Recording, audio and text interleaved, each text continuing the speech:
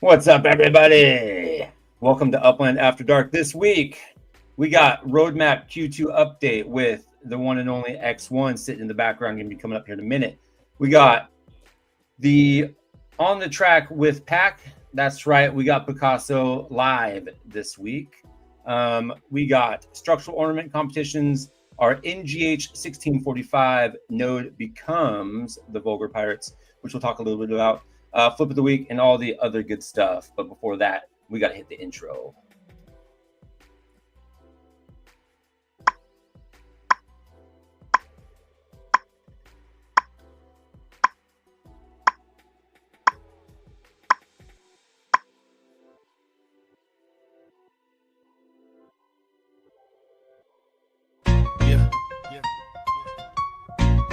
When the night falls and the city sleeps, Upland after dark, we hit the streets. Under the stars, they break the dark. Welcome to Upland, here's where the real shit's about to start. Upland after dark, where the conversation spark. The podcasting crew lighting up the dark. Upland after dark, adventures to embark. Tune and unwind and feel the sweet sounds of voices in your mind. Voices in your mind. From tales untold, the voice is bold, guiding you through stories of new and old. When the shadows embrace, we find our space. Upland after dark, your motherfucking safe space. Upland after dark, where the conversation spark. The podcasting crew, lighting up the dark. Upland after dark, adventures to embark. Tune in, unwind, and feel those sweet sounds of voices in your mind. What's up, everybody? How you doing, guys? What's up, party people? Are you guys ready for the big dog X1? Yeah, it's going to be a good one tonight, man. I think so. I won't hold off anymore. Here we go. What's up, X1? Hey guys, happy to be. I don't know if I'm the big dog. Look at Wolf Warner's background, man. He's the big dog right there. But you're right. But no, thank you. Every couple Fridays when I'm up late and my wife yells at me or something, so I'm up alone. I watch you guys, and it's I was very excited to be invited. Thank you very much for having me. It's gonna be fun. Yeah, man, always. I know we talked about a while back, and I was been really anticipating getting you on with just the guys, and we're just here to hang out and just kick it with the boys and talk Upland and all the other goodies we got going on. Happy, you're looking real happy today. You doing all right? Oh man, I had an amazing week. I got paid to go to Yosemite. Like, that was freaking awesome. And I got to hobnob with a bunch of the like big top marketing people for tourism in the Bay Area, and then had like a real fancy lunch at the Marriott. It's like right across from the airport here. So I've had a killer week, man. A lot of promising leads and stuff for me at work. So no complaints. Sweet. What about you, Wolf? How's your week been? Week is awesome. I don't know what state you guys are in, but it's approaching. We got spring break in New York City next week, man. So middle school, they're free.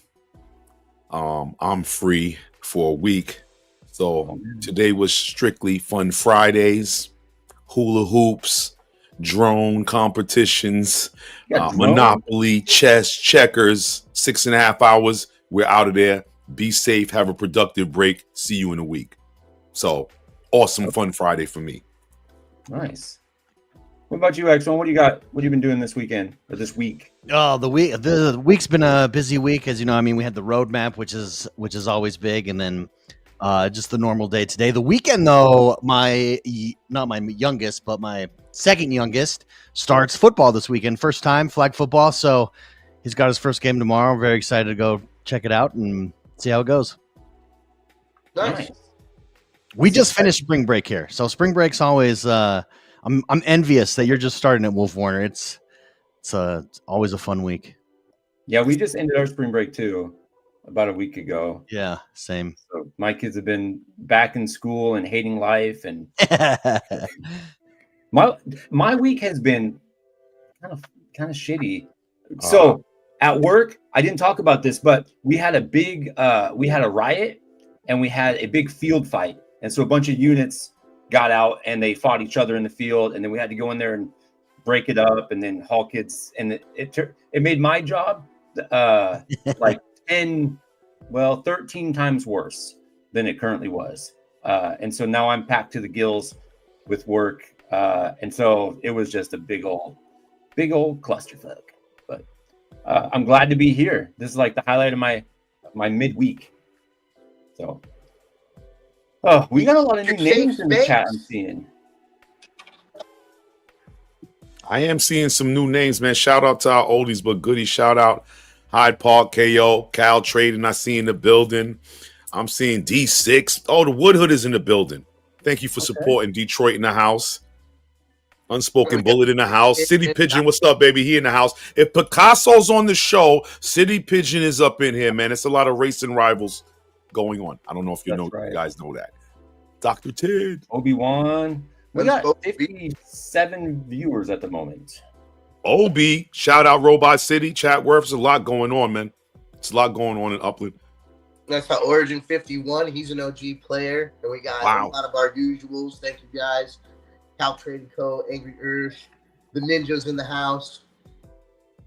We got a nice little crew hanging out in the chat. I'm excited about this. All right. Shit, where are we at? Oh, Rumble. Hey guys, don't forget to enter the Rumble. It's in the Bulgarian Pirates Discord server. I hit my elbow on my desk. That's always fun. Head on over to that and join the Rumble because we're doing that into the show, and then we're going to give away Upix, and I'll find a way to give away some more Happy's Upix if I can. Yeah, and I got a card to give away. Got some Upix to throw down too. I don't know what he's coming with. Giving it all away. I spent $30 on a car this week to give it away. Oh, that's right. We're giving away a car this week. Yes, we are. This is an exciting time. Everybody tuned in at the right damn time. Hey, has a neighborhood? You came in the right time. Cruiserito, first time. Shout out. Welcome. Right. Awesome time. Has a neighborhood name been chosen for you guys officially yet? It has. I don't even know it yet. Oh, is this the unveiling, or you guys already unveiled it? I mean, it happens all live through our voting system, but we're the Bulgarian Pirates. Very nice. In North Grapeland Heights in Miami. That is the official name. We've started the branding already. It's going very well. We got a lot of really cool stuff. I don't know if you guys. I don't know where you're at with seeing the stuff that comes through on the submission ends of UGC stuff, but if you haven't seen it yet, there's some really cool I'll have to go look. I normally don't see them until they're completely finalized, so I'll have to go check them out.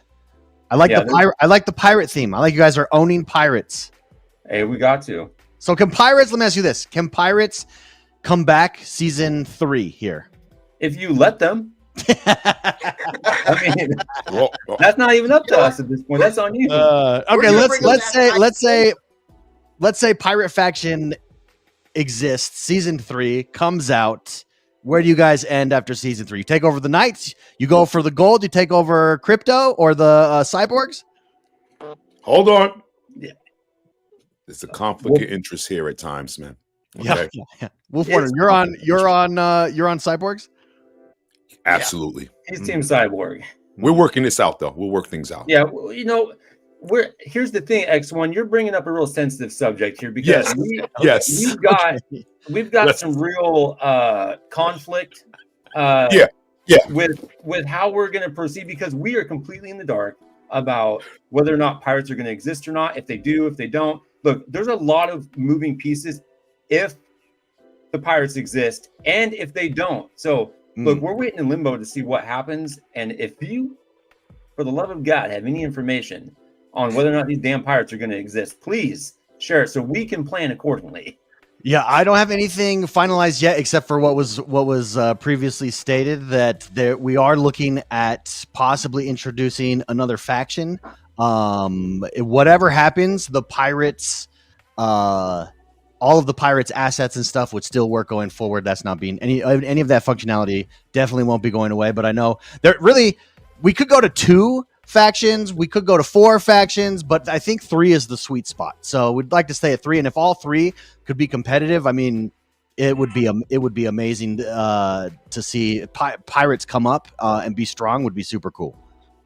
Yeah. Do you think getting rid of the pirates and introducing a new faction has enough pull to kind of tilt the scales? I mean, I think it depends how it's done. I don't know. I don't know that smarter people than I are figuring that out. Personal opinion, I genuinely don't know. I don't know enough to know what is keeping the pirates back. Like, clearly Crypto Knights, and at least the last 2 seasons, Crypto Knights and Cyborg super organized. I got to give Cyborgs tons of props, figuring out timing on when to move assets. I'm really playing the game. I mean, that's gamer strategy right there, 101. So there will be adjustments going forward as far as all that is concerned, as every season will be. But yeah, I don't know enough to know what is holding pirates back yet. So do you think they'll ever you guys will ever open it up so that factions could actually like team up and go against one faction, so that people so like we actually thought and have discussed like a PvE scenario where all 3 factions versus Upland, for instance, would be super cool, or like a boss fight. In fact, even doing it after a season is over, like a week where the factions come together for a bonus prize or something. It's been discussed. Nothing's been finalized, but it has been discussed for sure. Can fight some monster miles or something. Yes. That would be pretty crazy. But also like an alliance or something, like an official alliance would be kind of cool too. Yeah, I agree. So what do you guys think is has kept pirates back? It's just not enough coordination within the team is what I would say. And I'm not even a pirate, but just observing. First season, I was a cyborg, and the amount of like cooperation and coordination and just talent that came to the table. I mean, that's ultimately, and also the amount of spark that they hold is, that's like the biggest thing right there. They're able to build so much more, but I mean, the Knights came out the last time, and it wasn't like it was a complete smashing, I just feel like you end up having 2 factions that are the main factions, and one of them is going to have to be like a straggler that's going to have to make an alliance, and that's the only way that larger one is going to get taken down, if even possible. Yeah, it's interesting. It'll be interesting to see Wolf Warner as a cyborg. Any tips for the pirates? Any inside information there? Well, first of all, you gotta burn your past. You gotta get lucky.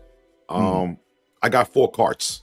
Right, I tell everybody. Oh, wow! If you want that heat with me, I got 4 carts. Wow. Bring it. I have no problem lasting back. I got 4 carts, but I had to get those bundles to get the carts. I had to be in it to win it. Me personally, even if I was a pirate and I had to be a pirate forever, I'm just gonna be the best pirate I can be. Bomb anybody that's nearby me. Rack up my little points and do my thing. I just happen to be a cyborg, but no matter what fraction I'm in, I'm giving it my all, So, I do think one day the cyborgs may go down.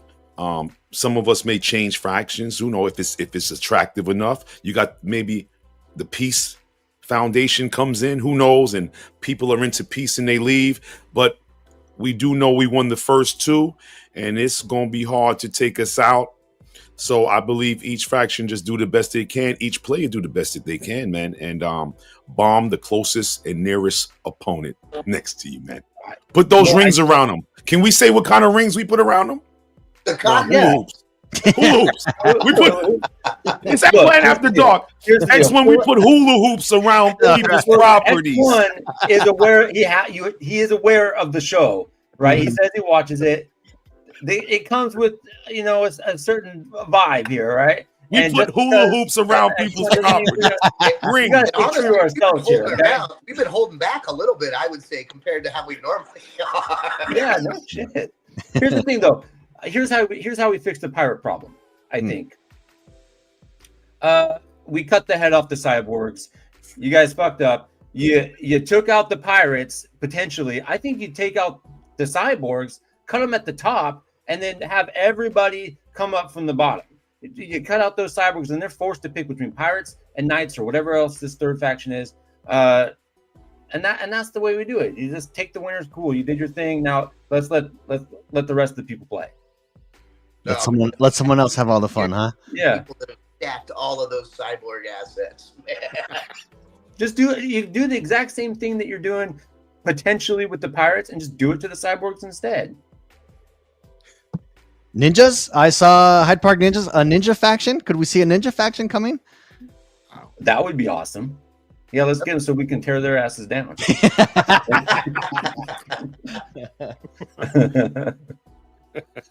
Oh gosh. No, in all seriousness though, we got a lot of great suggestions after this one. We asked players, hey, to go to Nolt, leave some suggestions. A lot of really great feedback, a lot of really good suggestions.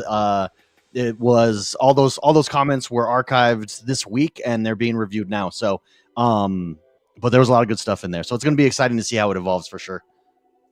Yeah, definitely. It regardless, it's always fun no matter the outcome. Even though Wolf is a dirty pirate, I don't know what Happy is. We can still be friends. It's only 1 week, bro. It's only 1 week, bro. You know what I mean?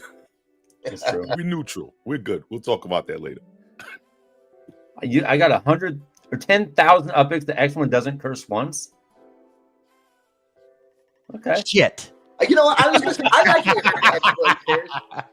Right. It's Upland After Dark, baby. All three of us. That's right. All four of us. Hey up. Hey up. Fork it out.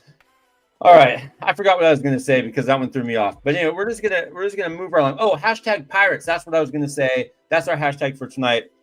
Put it in. I know Swarley put it up somewhere. Let me bring up this other screen here. I think I have this right. I need those comments to go away for half a second.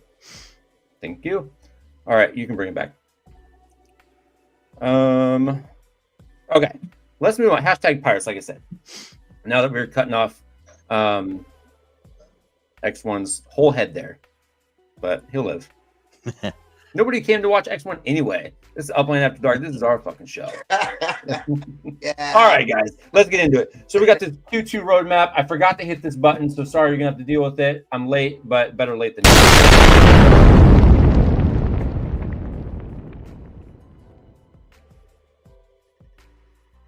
All right.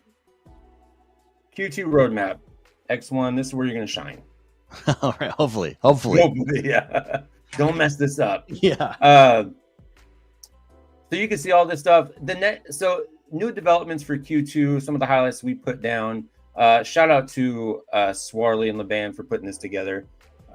They're the brains behind the operations. We're just the mouthpieces.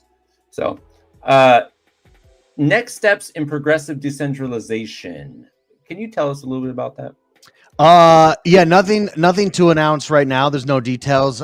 There will be, it will be here during Blossom season, most likely that it happens. And it's going to be some pretty big steps, some pretty big news that will bring more decentralization to Upland, more power to the community. So stay tuned. We will have more details, but there's nothing more to expound on that right now. I have a question about the term decentralization versus a centralized. And maybe I'm misunderstanding, isn't Upland a centralized game? It's not decentralized, right? Because you guys run it. Correct. Yeah. So Don has talked about this a lot, Dirk and Don both, that Upland is progressive decentralization. So we're centralized, and over time, long road of the roadmap or long-term vision on the roadmap is to progress to a point where eventually everything is handed off to the community at some point. I think a lot of projects, I think they're both really smart in this, in their vision for this, because a lot of projects implode because you hand it off too quick before any of the infrastructure is built, before any of the standards are set, the quality is there. You hand it off and players run it into the ground, not by, you get a few bad actors or you get, a stalemate. Players can't decide what to do, and it just doesn't end up going anywhere. So I do think, and I believe that they're correct on this idea of progressive decentralization. Slowly over time, as it's built up and the correct systems are put into place, where eventually the community can fully take over. Okay. So almost like Dirk and Adon and the other partners are in a sense trying to work themselves out of a job. That's a good way. That's a good way to say it. Yep. Okay. I'd be interested to see how that plays out. I mean, when it's done, I think we'll be the first to do it successfully. Okay, that's exciting. So nothing new on that, but that is kind of the general idea. Nothing new, but details will be coming, and you'll want to look out for those details because it's pretty exciting. Yeah. Okay. Wolf, Happy, you got any insights on that? Any thoughts? I got it quick. Oh, go ahead. If you want to go, Happy, because I heard. Okay, so to be honest, I'm wondering if at some point the community, or not the goal, but not to beat a dead horse, but if the community starts throwing its own Genesis Week in their own private cities, I feel that Upland will be like, we're good to go. Let's step out of that and let the community do it. We don't have to worry about that. So I'm wondering if that's something in the future down the line, because X1, I actually met you first at NYC meetup in 22. That's right. That had the Block Explorers, the Apple, and you got it when you came in. And this is even before I went to Vegas the first time. So my question is the goal, unwritten goal, maybe communities end up throwing their own meetups and Upland backs out of that, save that expense. We don't got to worry about that. The community's throwing their own Genesis Week. Is decentralized. The community's throwing their own parties. Yeah, so, I mean, I don't think it's definitely not a stated goal. One thing we would love for communities to throw regular meetups and them organize them themselves. I don't foresee us long-term stepping away from Genesis Week. That's something that I think Upland, it's good to have a centralized organization doing that and bringing everybody together. Having said that, I mean, we've had meetups that we've supported in the Netherlands, in Germany, in England, in LA, right? So the more meetups the community wants to do, we are more than happy to help support that. And yeah, we would love to see that and see that happen more and more regularly from the community. Absolutely. One more question. Like, if the community does do that, remember, like for FIFA, we were able to get some merch to promote those events. Yep. As you see, I have my cup still. Yeah, we had the FIFA ambassadors. That's right. I totally forgot about the FIFA ambassadors. Yeah, absolutely. So if people in different cities got together, like we've done Philly, me, Upland, Tara, Coach Funk, et cetera, is there ways for us to get some merch to like pump that event? You know what I mean? Yeah, at the very least, if merch is not a thing, because sometimes we got to plan ahead for merch. Okay. But definitely willing, to provide prizes. If there's something that we can plan ahead, enough time ahead and have verification in place. Even Block Explorers for attending or some sort of giveaway that way. We're even willing to pay for a few pizzas and stuff for the meetup, stuff like that. So, yeah, definitely contact the community team. If you have something on pen and paper and you're planning something, and let us know. Thank you very much. Yo, L Slack, we What's good up? now. We asked something that the ninjas didn't ask. Oh, we got plenty of things that the ninjas didn't cover. Don't worry about that. I digress. Those guys do a killer job, not gonna lie, the brains behind this operation did their due diligence, and so we're gonna come correct. Don't you worry. Happy, you had a question? Just one thing. Upland could never truly become fully decentralized, right? Like, otherwise, who's going to keep the lights on? Yeah, you know what I mean? Like, there's back-end developers.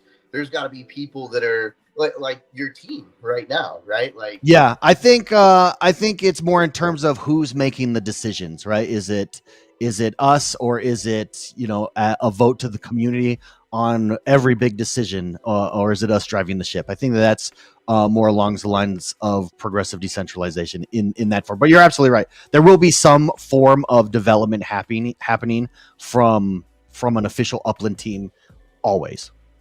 I mean, and then on top of that, like, we don't have the keys to our wallets, right? So it's like, you know, in that aspect, it can also never be completely decentralized because you need to be the gatekeepers for all of our wallets. And in a way, I mean, it's actually genius because it allows a lot of people that aren't crypto savvy to be able to play this and still enjoy the true ownership aspect. Yeah, I actually think Upland's far ahead on that. I think we're years ahead of most other, you know, quote unquote Web3 projects in that I think ownership is coming to gaming, period. I don't think it will be called Web3. I think it will just be gaming. I think let's just use a grand example here. Let's use Xbox, for instance, right?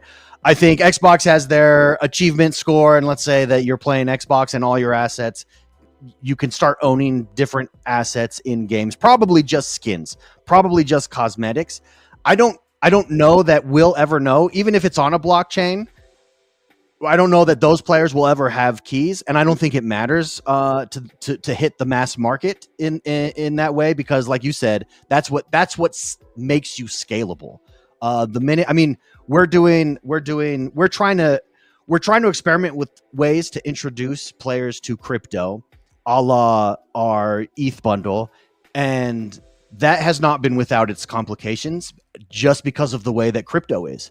And it has taken a long time to get everything. I mean, I think we're still dropping ETH to players. I think Elslack is a player that still is getting ETH dropped. I got it the other day. There you go. That bot kept like pinging me on X. I was like, what is it just? I was like, does it keep giving me another $25 or? Yeah, you got, yeah.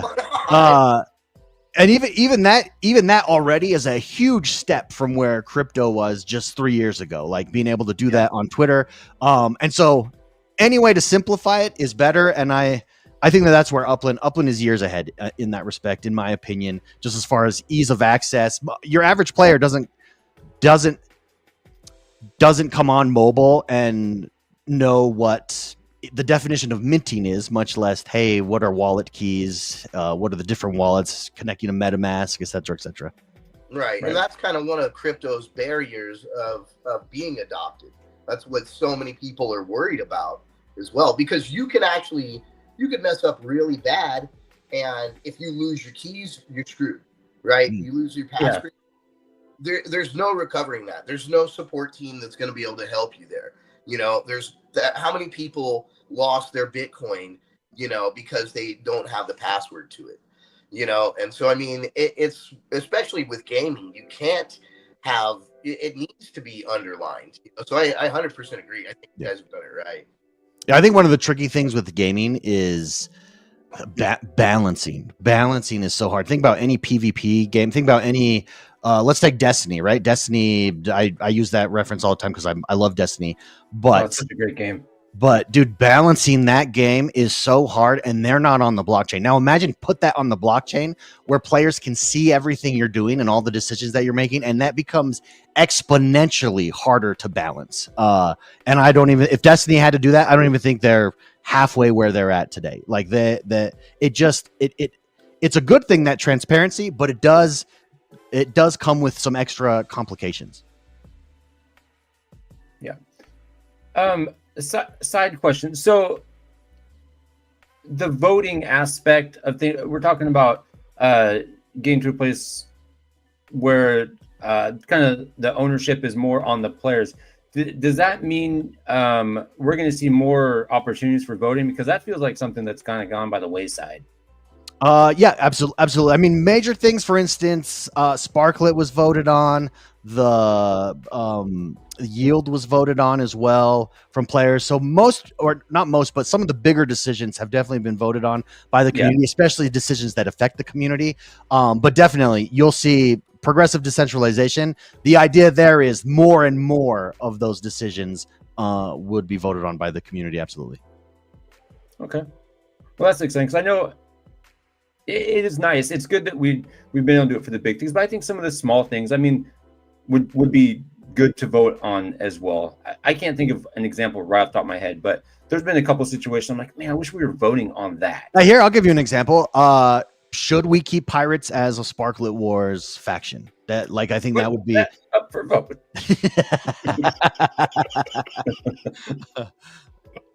I can think of a few people that would vote yes on that. Just a But couple. you got to have an alternative as well, though, because if you're gonna just get rid of them, what's the alternative? Yeah, absolutely. Otherwise, I mean, that might change the whole vote. And in all honesty, if it was something, I don't know, that nobody's gonna agree with, like unicorns or some shit. I mean, what would be the point? The only acceptable answer would be zombies. That's it. Dude, zombies would be cool. Zombies would be really cool. Maybe that could be the fourth faction. Zombies just coming out there lurking and just tearing shit up. They go after everyone. Yeah. You never know. Life, totem, and protem. So you talked about seeds and trading for plants and trees. This is a Genesis Week release.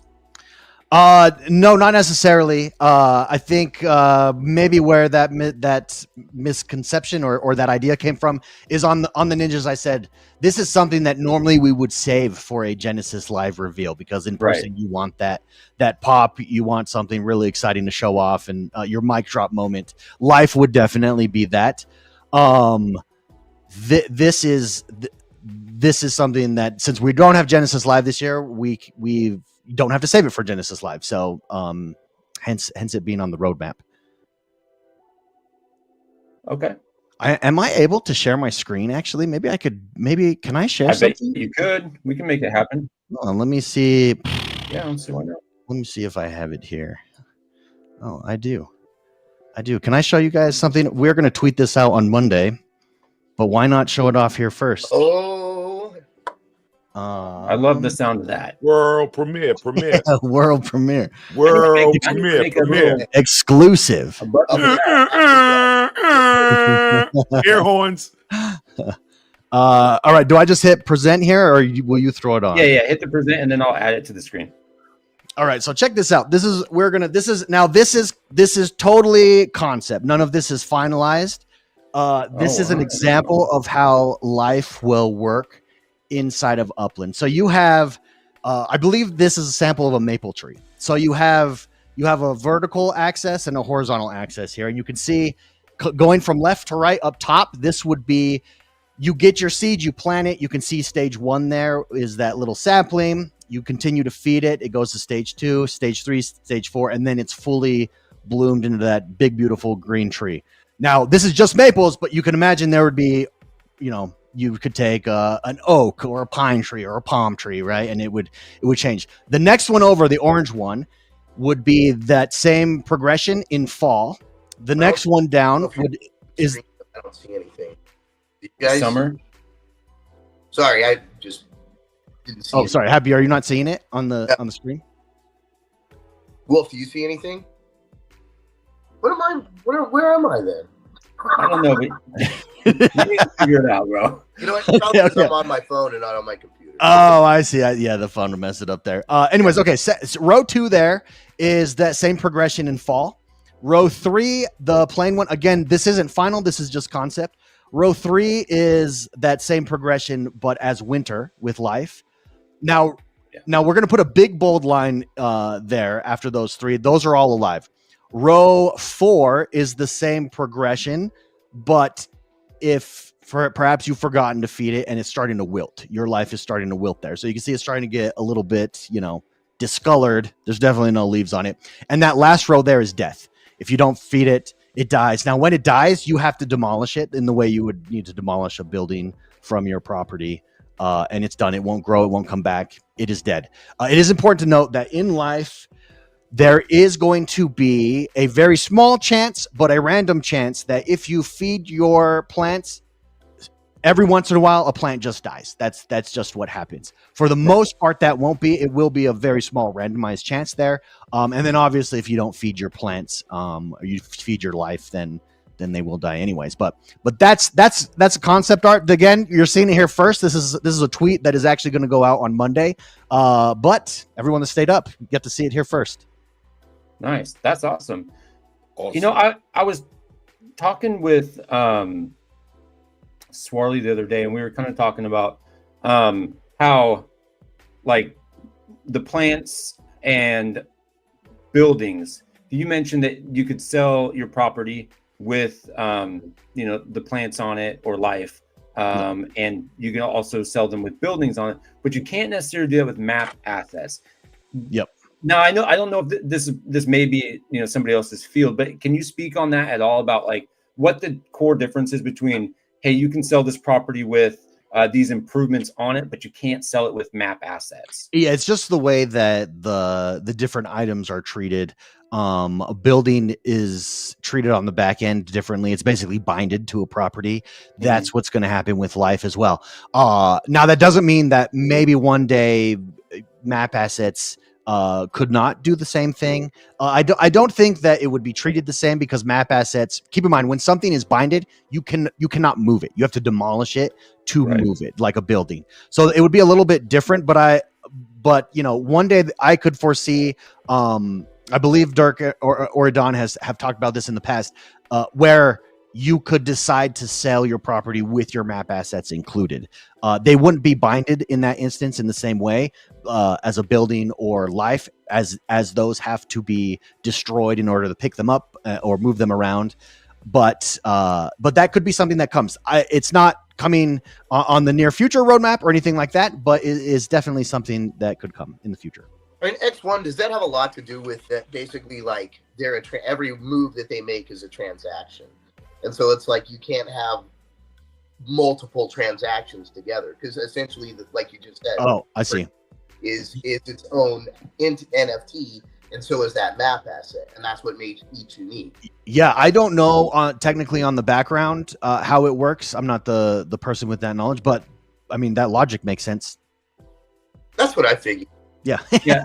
I was going to ask a very similar question. Yeah, like buildings in life aren't necessarily NFTs, so they can be, as X1 says, binded to the property, whereas map assets are NFTs, and so they don't necessarily bind because they're their own unique thing. Yeah, makes sense. HappyMFR, there you go. He's the professor. We're calling you the professor. I know a little bit about blockchain. That's like I've been in like dabbling in crypto since like late 2018.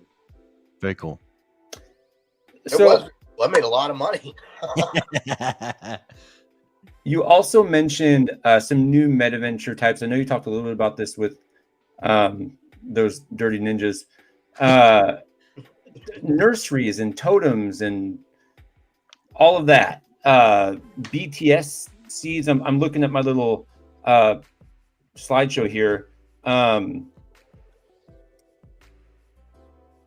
What sort of, I guess, how exactly is that? So you have a legit, and that legit represents the seed. Correct. So seeds will be legit, technically speaking. In that's how they'll be represented. When you burn a seed, that's you planting it on your property. It's a one-time burn. Okay. Nurseries will be the meta ventures where players can swap those seeds. Now, in order to produce the seeds, meta ventures with totems will enable players to go to those properties and pay some sparklet, and then a random seed is generated and dropped to them. And those nursery owners will be given compensation for that. We've not yet detailed any of that. As we get closer to releasing it, those details will come out. So it does keep value on totems. It brings value, remaining value in the totems. If you're a nursery, anyone can be a nursery owner, but only nursery owners with totems will have the ability for players to come to their property, to come to their nursery and pay some sparklet, spend sparklet, and generate their own totems. Now, this is the first time, and we did talk about this in the white paper, and this is that coming to fruition. This is the first time that there will be a spend sparklet feature in Upland, where you will, HappyMFR will come to my property. He'll actually spend sparklet. It will leave his wallet, and he'll get a seed legit in return. Okay. And you just said, if I may, I'm sorry. Once you spend the spark at these nurseries, it's gone. It's gone. Right? Yes. Oh, okay. Yeah. So it's not staking. It's not anything like that. It is spent. It is. Okay. So is it burned on the back end as well, to where it's actually taken out of the pool? Technically, it's not burned. It won't be burned in that sense. It will be burned by being sent to a wallet. Okay. Just a dead wallet. Correct. Yes. Yeah. Okay. Will there be any mechanisms for players to influence or upgrade the growth outcomes of planted seedlings over time? So not Like, at first. Not at first. Long term, that's something that will, I'm sure, be built out. But at first, it's pretty simple. It will be feed or not feed your seeds. Long term, you could see, for instance, I know this was a discussion that happened by the developers. But for instance, what happens if I'm next to water? Is there a bonus for being next to water? And that could be an instance long term that is implemented. Again, this is just hypothetically speaking, but that could be an instance where, you know, your location may affect the growth outcome, or there may be things that you can do that promote it. But initially, at first, it's simple. It's just feed and grow. Okay. I got another question here about this new meta ships. Can you clarify the mechanics of how Sparklet is distributed to totem-enabled nursery owners? And will compensation be fixed per transaction? Will it be percentage-based or influenced by factors like seed rarity or location? Yeah, no details yet on compensation. Again, we'll have those when we get ready to announce or launch the first nurseries, and we get ready to launch life altogether here. But there will be compensation given. I don't know. I'll be honest. I don't even know what that compensation is. I don't know what it looks like. I don't know if it's going to be percentage or not. Okay. Fair enough. Okay. What else we got here? We got user manufactured cars. I did have some questions about this because I know that this new, like, what, I can't remember the name of is it not legacy stock cars, but it's the historic stock cars. The historic stock cars, which I think is super rad. I love that whole idea. One question I had about that. So when you say, they'll just say hypothetically, I win this historic stock car. Sure. So I get the stock car, like the original, essentially. Yeah, you get the historic stock car with all the decals, all the sponsors on there, the whole shot. You get how it looks originally on the track. Okay. And then that allows me the ability to make 8 of these a year, correct? No. So it's a fixed amount. We've not said what that fixed amount is. Oh, okay. The 8 comes from, there are 8 historic stock cars that will be available. Oh, okay. So whatever that number is, when you manufacture these cars, do you get to put your own logos and decals and stuff on it? Do you get to decorate them in your own kind of way? I mean, I know that the structure itself has to stay historic, but as far as like the way it looks, could you? Yeah, so like a skin, will you be able to put your own skin over a car, for instance? Eventually, yes. At first, I believe it's just dropping, like you'll be able to select the colors. There will be no decals on those ones. You're the only one. You're getting a 1 of 1, and then you're getting the rights to be able to produce every year X number of that model. But that model, for instance, you have the cool ass decals, looks really good. I come and buy your model of your car that you've manufactured and produced, and mine is just red. Got it. Okay. But yeah, skins. When skins comes for cars, I can imagine what players will do. Like, I mean, just look at what structure ornaments have become from players, or even map assets.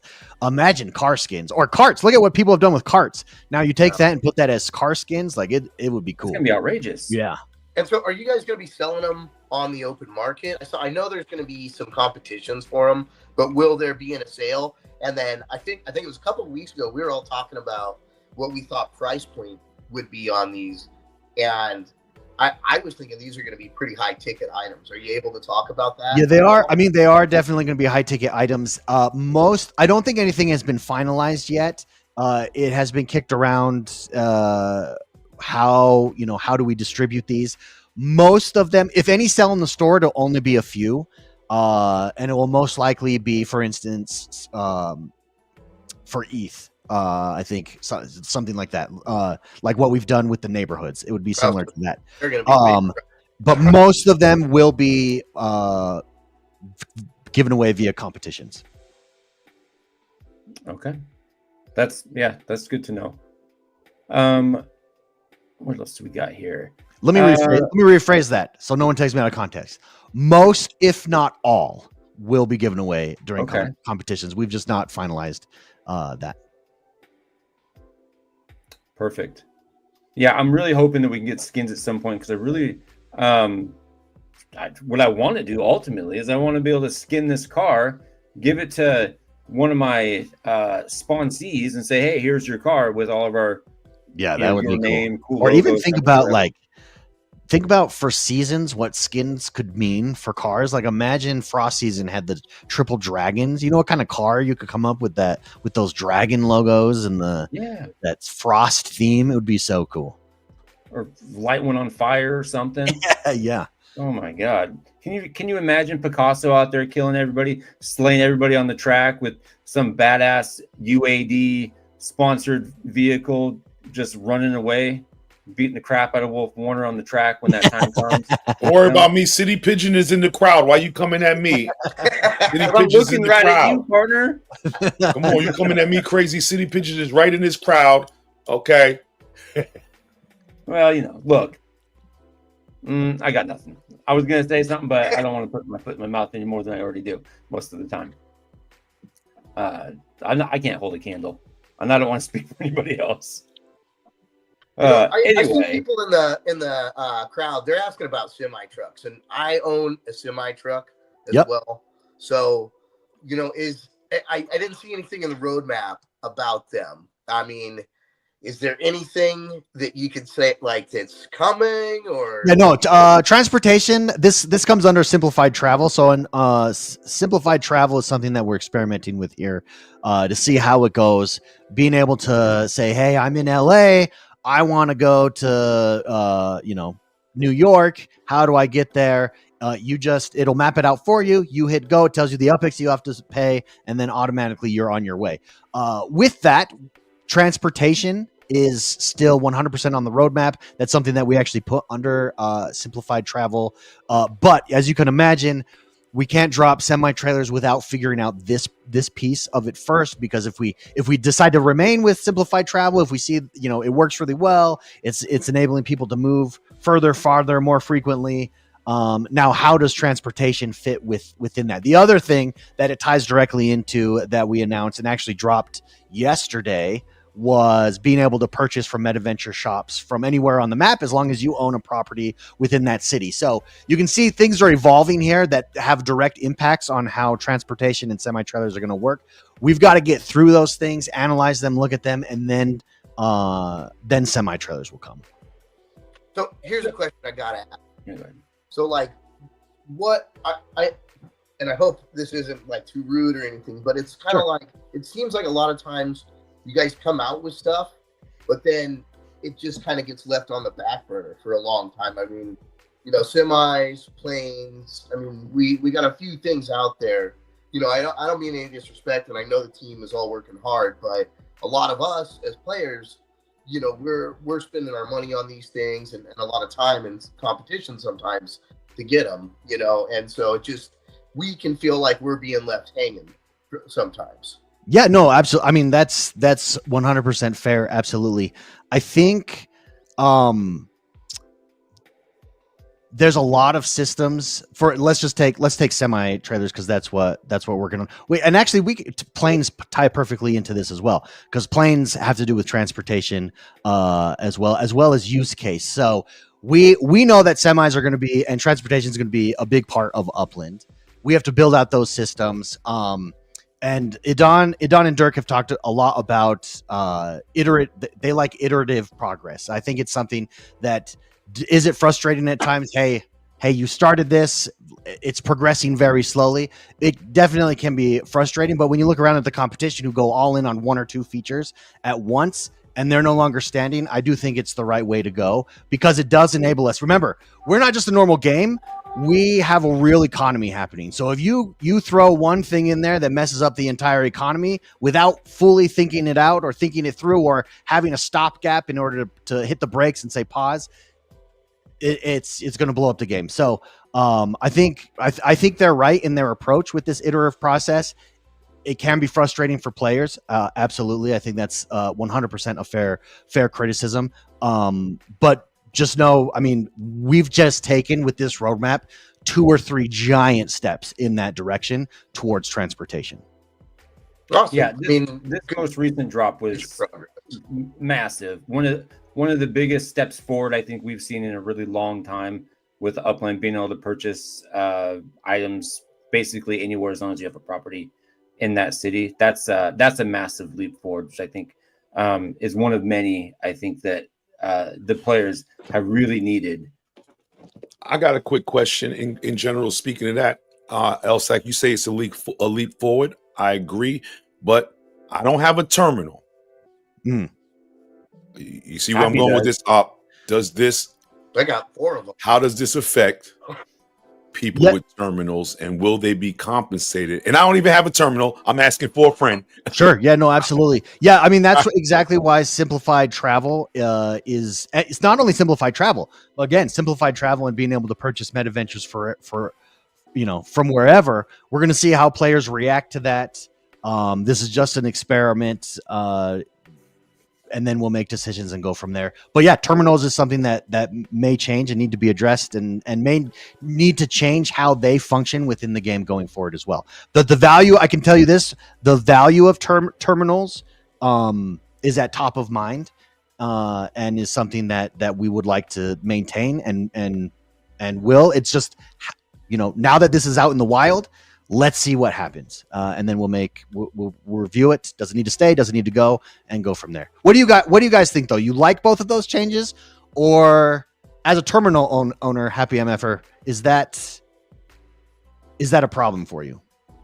I mean, it just depends. So it's kind of like this. With Upland, I've come to learn that nothing is set in stone at this point in time. And if you get too comfortable with anything, you might end up being disappointed down the road. And so just be ready for things to change. I mean, to be honest, there's been a lot of things that have changed that I could, kind of say I don't like or I do like. But I think ultimately it's just progressing the game. And the game can't stay the same for it to keep growing, right? Like you obviously are going to have to make changes because maybe it used to work, but now there's new elements that are added to the game that you have to adjust for. And so I feel like, and I got to give you guys credit because you are far ahead of a lot of the other crypto projects that are out there, NFT games that are out there. I mean, most, anything that, even is like considered a game is basically like a Pokemon card playing game for the most part. There's not a whole lot of other projects out there that are as innovative as Upland. And like, I feel like, as a terminal owner, as long as I'm still getting some kind of compensation and like you said, the value is there, that's what matters to me most. And at the end of the day, the second market value is what's going to matter to me most, right? Like and I think that's what matters to a lot of players is the second market value, which is something Upland has absolutely no control over. That really is us, the players, that control this market. I mean, the market's at 20% mint properties because players are selling their properties at 20% mint price, right? Like Upland never asked anybody to do that. That's on us. So I think there's just so many dynamics that are unique that it's like you just have to be prepared to roll with the punches. Yeah, I mean, and as we go along, so simplified travel's not even here yet, but when it does come, let us know. Leave us feedback. What's your experience been with it? Especially if you're a terminal owner, if you're a MetaVenture owner, what's your experience been like since we've opened it up and you're able to buy now in any city? As a property owner in the different cities, as a MetaVenture owner in the different cities, do you like it? Do you not like it? Do you prefer the location based where players have to travel? What changes would you make? Please let us know. I can promise you, I know a lot of players feel like, our feedback is not heard. Every week my team does a summary and passes on all of the feedback, and we highlight the best, most constructive feedback, whether it has nothing to do with, oh, they don't like what I had to say, like, well, it has nothing to do with that. If it's constructive, if it's well thought out, it is passed along to the dev team. So please let us know as we go along with this and as these changes are implemented, what your experience is, what your pain points are, what you like about it, what you dislike about it. And that's the best way for us to know, be able to analyze the data and take the next step forward. Awesome. Thank you. In-app history. So what can you, I guess there was some confusion as to like what this is about. Sure. Yeah. Are you able to elaborate a little bit? Yeah, absolutely. So what that yeah, so there is an announcement channel. We're also taking a look at all in-game communication as well. How can we improve that? How can we make that better? How can we make it work for players? How can, for instance, or even can it be outward facing at all? Does it just stay inward facing? But how can we improve that experience? And so this isn't for announcements necessarily specifically. This is for the in-app pop-ups that come up. One thing that has become automatic, you open up the Upland app. If we have a lot of announcements. That's just the reality. On a big day, let's say we have 4 or 5 announcements, there's going to be 4 or 5 pop-ups as soon as you open the game. It's just reflexive for a lot of people, myself included. When I open the game, click, click, click, and I don't even look at them. So this is an in-app pop-up history. Usually there's more in-app pop-ups than there are announcements in the announcements channels. And so this is there a place? Think of it like a news feed. Is there a news feed area where the latest news is on Upland? What's the best way we can do that? We're starting with in-apps. So we're going to have a dashboard, so to speak, for in-app pop-ups where you'll be able to, go back and look at them. Because once you click them off, they're gone for forever. You're like, shoot, I missed that. What was that? I don't even know what that was. So. Well, you can go into the chat and like in the announcement sections and all that, there's a decent log. So you can kind of scroll through there already and see, but there are definitely times when, I think it's like the gamified earnings and stuff is one that I always have a hard time finding. I'll give you an example. In fact, that was a great example that just came up in chat. Swarley, there you go. I actually sent Swarley a screenshot because this show went in as an in-app pop-up inside of Upland. It's up for 1 hour and then it goes away. However, the minute we get that in-app history, it will remain there for a period of time. So you'll be able to go back and look at it and see the history there. Does this also work for, because this is a massive pain point for me, and I know a lot of other people too, for like when you purchase something and you get those packages that pop up? Yeah. Can we, because the thing that pisses me off more than anything is like, say you get like an NFL PA legit and you're looking at that thing and some of the colors, because there's no logos on there and there's no, names, like for instance, you get like a New York team, there's no, it goes so fast. You can't stop and look and observe or nothing. Can we get a history for that? Is that part of this? Is this no, that's separate, but I can say that is something that has been discussed. How do we improve the unboxing, especially since we've barely started to, for instance, if you buy a property package before a city opening with some UPICs, we can now deliver them via bundles. That was something that was a big lift from the development team, and they've brought that, but it doesn't actually show what properties you're getting, nor can you pause and look at those properties. So all of that is related, and I know it's been discussed. How do we improve that experience? Okay. Yeah, I would love to see that because, God, it just pisses me off.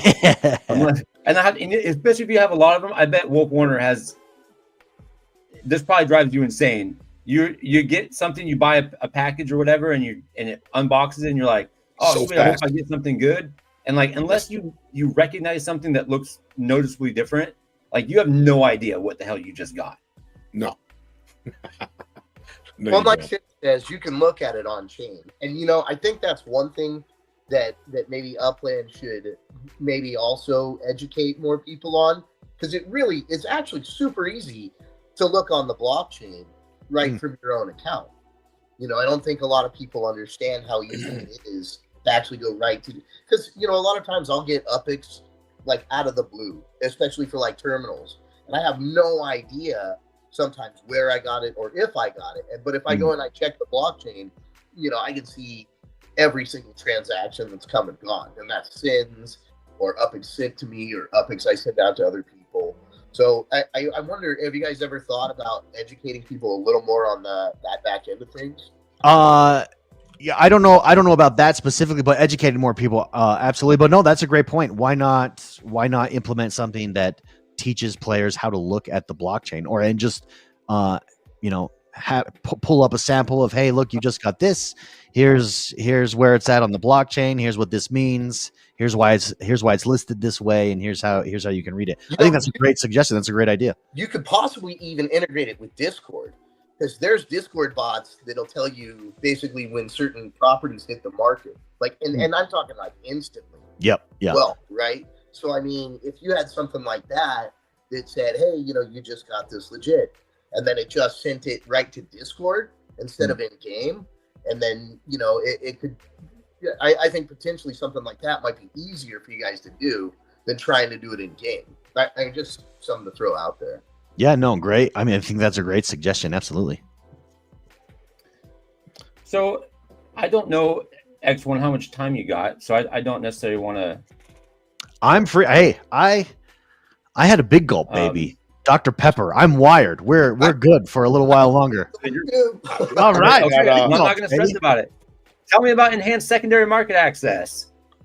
Enhanced secondary market access. Oh, that's what went live already. That's just the ability for players to buy from MetaVentures. In fact, I jumped in, and the minute it went live, I was like, okay, let's test this out. Let's see how this works. I jumped in and bought myself for my Vegas property some Vegas card map assets to put, or some poker card map assets to put on my property there. Worked super smooth. You don't have to be in the city. You can buy it. It says place on your property. You place it on your property. And you're golden. What kind of data do you guys look at to decipher whether or not this is something that's successful, or decide whether or not this is something that you need to change or make adjustments to? What sort of things are you hoping come from that would represent some sort of success or failure? Yeah. So for this, I mean, enhanced market activity in the secondary market via MetaVentures. I think that's it. Let's see now what happens here, and where does it happen? Does it, if for instance we had a MetaVenture in Park City or Porto or Berlin that was getting really no visits, or was getting 5 visits a month, and all of a sudden we implement this and now it's getting 25 visits a month or 25 more purchases, we'd look at all kinds of stuff like that. But yeah, really our measure of success for this one is how much more activity happens on the secondary market with this move. Okay. I think a lot. I saw KO. I think so too, yeah. 200K UPIX just today, and buying different property, or buying different, things from MetaVentures. Yeah, absolutely. I haven't noticed any sales yet, but I don't think I have things priced right, to be honest with you. I got one. Nice. Well, I'm looking at the chat. Speaking of MetaVentures, it keeps coming down. I gotta ask it: is there any plans for sub merchants with showrooms in different MetaVentures, man? Long term there is. It's not on the immediate roadmap here. And with showrooms, I mean, related to cars, you can see we also deprioritized car rentals there, as we're looking at, what is the use case for it? Is there a reason to rent cars? What would that reason be?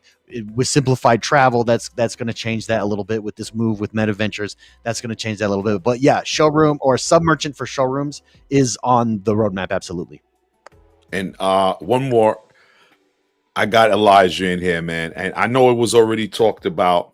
RIP to the 3D spaces. Any idea about going forward or transforming that, or? Yeah, no, we're really just looking at what is the use case where we could scale these, because it's not been scalable yet. That doesn't mean that there's not players that enjoy them. That doesn't mean that there's not players that are developing amazing stuff in them and utilizing them well. And there definitely are players. I think Elijah with the Real Note LA is the marquee example.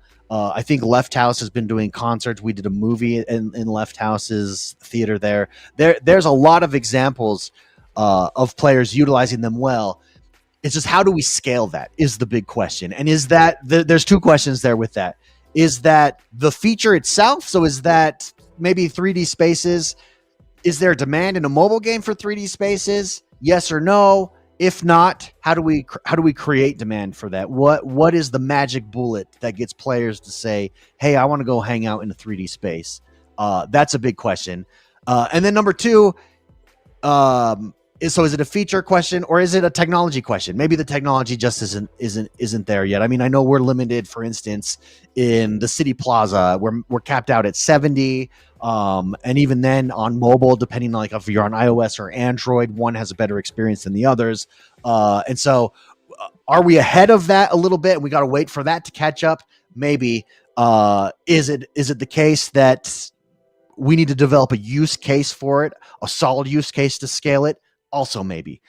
So it's something that we're just deprioritizing, taking a step back, analyzing how do we do this properly going forward. And it's not that 3D spaces are going away necessarily. They may temporarily if they do, but it is something that we're just saying, hey, we need to take a look at this and figure out how to scale it up.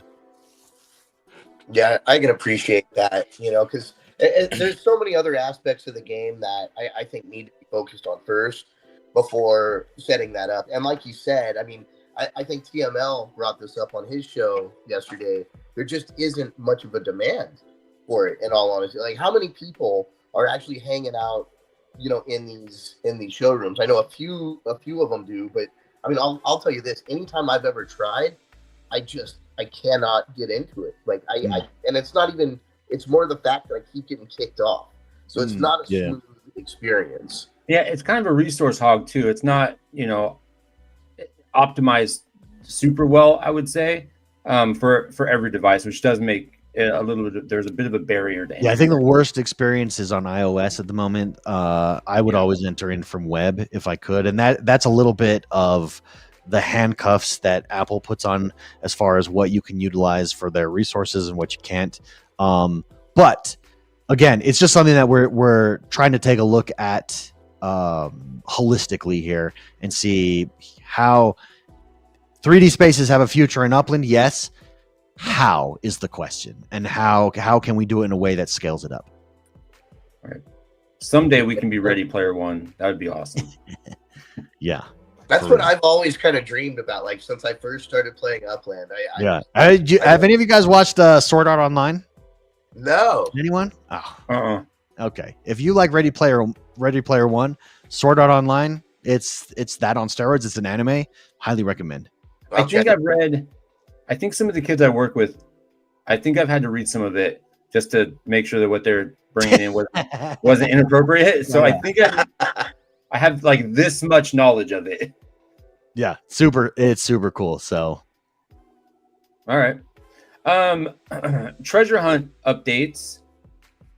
I know that you guys haven't released a whole bunch of stuff about that. I know that you're talking about revamping it and getting into a place where it's not easy to manipulate. Is there anything more that you guys can talk about that you haven't already? Yeah, I think I saw Swarley had a question about badges on treasure hunting, and I think it's a good question. Treasure hunters have not yet received a badge, and I think primarily the reason for that is we've been really trying to figure out how do we get treasure hunting in a place where we can make it competitive to reward players who are doing it based off of skill. And there have been instances where players basically treasure hunting for the last year has been the number one thing that has determined, for instance, the decisions being made on treasure hunting is players exploiting it unfairly using bots or whatnot. we're to a place where we're really going to be able to clamp down on that with these new features, so that we can open it back up here and have regular competitions, have regular leaderboards, have seasonal contests, focus on it again for players, bring it to the forefront, to the limelight, offer rewards, regular rewards, seasonal contests. I'm really excited for treasure hunting. And now that doesn't mean that it's going to happen. Hey, treasure hunting's back. These new changes have been implemented. Everything's coming back to the way it was, full speed. Some of the changes that we've already made may be permanent, but it does mean that now we can focus on these as contests. Now we can focus on these and highlight the best treasure hunters out there, because we'll know these are legitimately the best treasure hunters out there. These aren't people who cheese the system. So very, very excited for treasure hunting. Ultimately that's good for the game. Obviously, that goes without saying. Kind of like Swarley was mentioning with the badges, I would imagine once that's under control and for certain people aren't exploiting the game, you would and could definitely explore that option, making it fair, especially since badges hold so much more weight these days. Could you do the same for like Sparklet, just like the amount of Sparklet somebody gets to, or even like, hey, you have like 10 million liquid upics or something. That's a wild example, but just some sort of like achievement. Yeah, so I mean that's where we've been experimenting with, or we introduced Builder Score, for instance, and Collector Score. We're trying to introduce things. So, for instance, we know right now on your profile, net worth is there. Not everything is included in your net worth. We know when you're an NFLPA collector or a FIFA Legits collector, there are fan scores available for that. We didn't have anything that said, hey, you like collecting stuff. You like collecting block explorers. You like collecting city passes. You like collecting cosmetic passes. You should have a score for that. So enter the collector score. That's step one. Those now come with badges. Same with Builder Score. You have players that really like decorating. They love map assets. They enjoy putting structure ornaments and changing them out for the seasons. Sparklet is included in that. And Sparklet actually is pretty heavily weighted for the Builder Score. Now that those weights may be tweaked as we go forward and we analyze season in and season out to balance that effectively. But yeah, badges for Sparklet at this point essentially is the Builder Score badge as that takes that into account. Long term, I think it's very exciting to think about these scores being on your profile, right? So imagine having your net worth, you have your Builder Score underneath that, you've got your Collector Score underneath that, and so on and so forth. I think those two kind of go under the radar, but I think those two are massive jumps forward in future gameability and current gameability, in that it now is a way for me to show off, hey, I was the number one collector for Frost season. I still have a way to go to become the all-time collector. Here's where I'm at in these. Give you prestige, give you notoriety, and then we can further gamify those. Maybe those scores apply to some other aspect of the game, et cetera, et cetera. Okay. Yeah, more gamified everything is awesome, and I think you've been doing a great job of that. Especially, I know a lot of people have complained about the gamified earnings, but I think it's one of the best things you've done to keep people engaged. And I know a lot of people are kind of complaining about the way that it's come out, because they're like, oh, well, I can't plan and I can't da-da-da. Well, again, it's about rolling with the punches, and you've got to adjust your game now. And that's how a lot of games are, period. New strategies come up, or a new season comes up, or there's a new meta. So, and I don't know, for you guys, it's got to be tough. I got to give you a lot of credit, and thank you for coming on tonight and actually, dealing with some tougher questions, I think, than some have asked. Yeah, no, absolutely. On the gamified spot, I think the way to think about it, if players, because there's a lot of players in Upland that aren't gamers. This is their first time jumping into a game. There are a lot of players that are. The way to think about how we're thinking is in. Let's take, Marvel Rivals as a recent game that came out. It's like the Marvel version of Fortnite. It's fantastic. Shout out, by the way, everyone go play that game. It's amazing. That is a hell of a game, dude. It's so good. But in those games, there are dailies, there are weeklies, there are monthlies, there's seasonal things to do. that is long-term going forward. You're going to see more and more of those things happening. So gamified earnings, the adjustment over time slowly has been made to these are your weeklies now, essentially. Eventually those will come in game. The reason they haven't come in game is because of these adjustments. We're taking a look. We've had a few seasons under our belts now with gamified yield, looking at it as we drop, we dropped all 16 at once and you only had to do so many to get your top score. Then we dropped 11 and then would drop, 4 or 5 random ones throughout the season. Now we're dropping 2 every week and we'll take a look and see how that goes. But long-term, the evolution of these types of contests, think of them as daily, weekly, monthlies.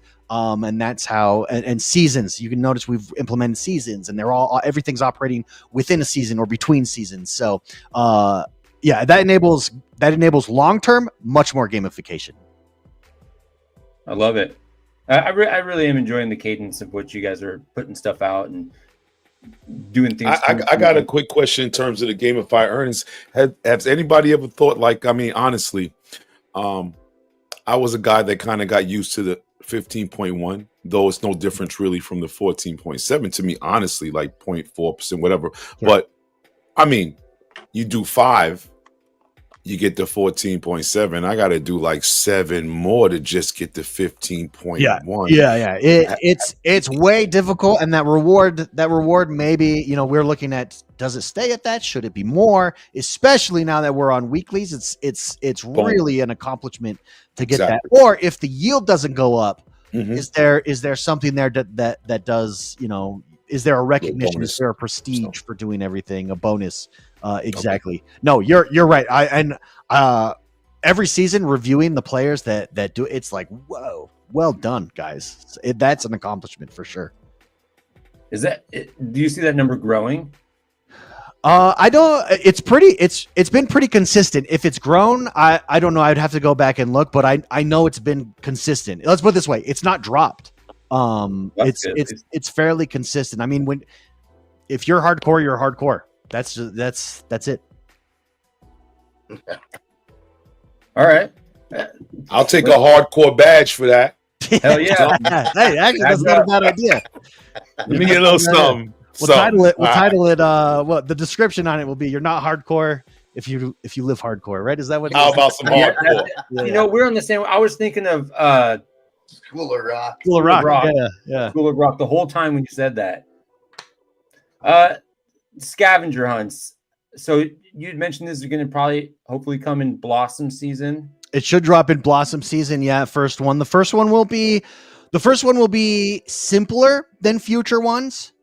Future ones will, I think you're going to see a variety of difficulty levels here. And I'm telling you, the scavenger hunts from what I've seen, they can get pretty difficult, and it is going to take teamwork and it's going to take skill and ability to do them. I'm very excited for them. I think here's an instance. The question, why travel? Scavenger hunts.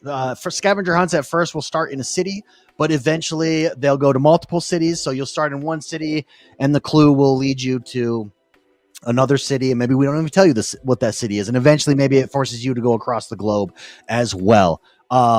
They include both clues like previous scavenger hunts, but also much more in line with a GeoGuessr. If you think about us, we are a map-based game. We've got properties, we've got Google Maps, we've got our own, ecosystem and viewpoints with buildings and structures and neighborhoods. And so it sets itself up and lends itself well for that. The first one, indeed, the first couple might be learning points for us and for the community. What works here? What doesn't? What did the community like? What did they not like? How can we tweak it? Was it too easy? Was it too hard? But they will be regular. There may even be multiple a season at a regular cadence, and there will be prizes and rewards, and it will take skill. And I'm very much, it kind of brings everything together here in the same way treasure hunting really focuses at the core of what Upland is, which is property and property development. That's what Scavenger Hunt is doing here as well. And if you look at it, that's also what Sparklet Wars does. So you have 3 contests being overhauled that double and triple down on what the core of Upland is. There's going to be more of that going forward, but those three and scavenger hunts, I'm excited for it. I think it's not going to be for everybody. Remember, not everything in Upland is for everyone. No game on the planet has everything for everyone. But for those who want a scavenger hunt and enjoy that mechanic, it's going to be awesome. I don't know. Grand Theft Auto comes pretty close. No, it doesn't. I can't play that shit. I'm too ADD for Grand Theft Auto. I get caught up by the police, and before I know it, I'm on the other side of the map, pissed off that I was just trying to do some simple mission, and it's over for me. When was the last time we had scavenger hunts? Because I don't remember that, and I've been playing. So the last scavenger hunt was probably in 2020, I would say. Okay, that explains a lot. Yeah. How long? Yeah, it's been a while. Maybe early 2021. Maybe. I want to say I feel like there was a scavenger hunt for like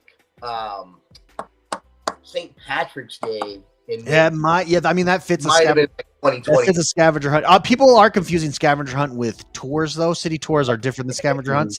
So it might have been a city tour for that. But yeah, the thing that scavenger hunts were in Upland when there was a much smaller community, so it was easier to do. It was something that became difficult once that scaled, and you could see it like almost immediately there. Then when AI was invented, because the way scavenger hunts used to work was it was like riddles that you would have, or mathematical problems even that you would have to figure out, and that would give you the clue of what property to go to next. And you'd have to figure out that way. Enter AI, and you just can't, like, that's not something that you can do. So, yeah. But what's coming is a fix for that, and it's going to be really cool. I can't wait because I didn't see him originally, and so I'm excited to see what that looks like. Any gamified anything, and I love scavenger hunts. And I mentioned it, I think, the other day on when I was driving to work that I want to do like a NGH. Yeah, the thing about scavenger hunts too is one thing that Upland is difficult is streaming. There's not a lot to stream. Treasure hunting you can kind of stream, I think, pretty well. Racing you can stream kind of pretty well. Scavenger hunts though, you'll be able to stream. It would be really cool to fire up a stream and go through scavenger hunt with your community. I'm going to be interested to see what players do with that, and see, is that the thing that you can stream in Upland? It's going to be fascinating to see. Yeah, that would be something that's really cool for like content creators like myself, having be able to play the game and have the game also be engaging to the viewers, and not just kind of like a stagnant thing. Hey, I'm gonna go mint a property or whatever. It's very check boxy. Whereas a lot of like Twitch streaming, you're playing a game, you're doing something, you're interacting with that thing that is super engaging. And you were a game streamer, you probably still are to some degree. Having something like a treasure hunt does sound very streamable and entertaining to watch. Because to be honest, like watching people play Upland can be almost as entertaining as watching paint dry. Yeah, I mean, it's like watching. I call them Excel sheet games. There's games out there that do that. It's very in your head. It's very long-term strategy, slow burn game. Scavenger hunts is something that would be way cool to go through on a stream with your community. It would be interesting. Do the streamers do it first? Because they kind of can pool all their resources. Hey, what do you guys think this is? Everybody, let's go search for it. Let's find it. So yeah, it's going to be cool to see what players do with that.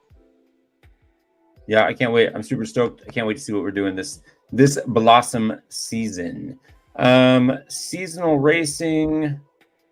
What do we got for seasonal racing? I don't know. We'll talk to Picasso about that when that time comes. New types of kart racing objects. Yep. So there will be. So we've implemented boosts, which speed up your car or your cart as you run over them. We have boxes in there that slow you down. There will be additional objects coming. Stay tuned. Some you're going to want to avoid. Some you're going to want to collect. But carts is only improving from here.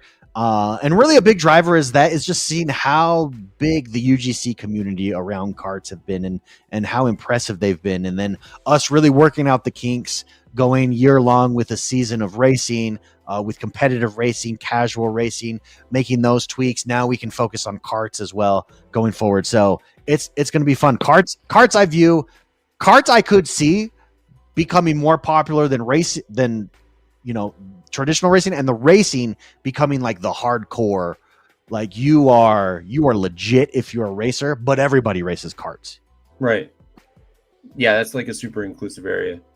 Oh shit, I had a great question, and then I looked over at chat for half a second, and it totally left my brain. So that sucks. I think the new kart racing, I had to do my 10. I thought I did 10. I did 9, which sucks because you can't keep track of those in real time. Whatever. Maybe someday that gets fixed. I don't know. But just the 10 that I raced were tremendous. It like brought new life into go-kart racing. I don't know how the rest of you guys felt about it, but those races, even the long ones, like the Vulgar Speedway is kind of a longer track. I had no issues. For one, it was a whole lot faster with all the little speed sections. But it made the Vulgar Speedway in karts, like I thought, really, really fun. And the other 9 tracks I played were really fun too. But I loved it, man. I didn't realize how cool that would be. And to add more stuff to that, I think is only going to improve kart racing and maybe make it like the best racing feature in the game.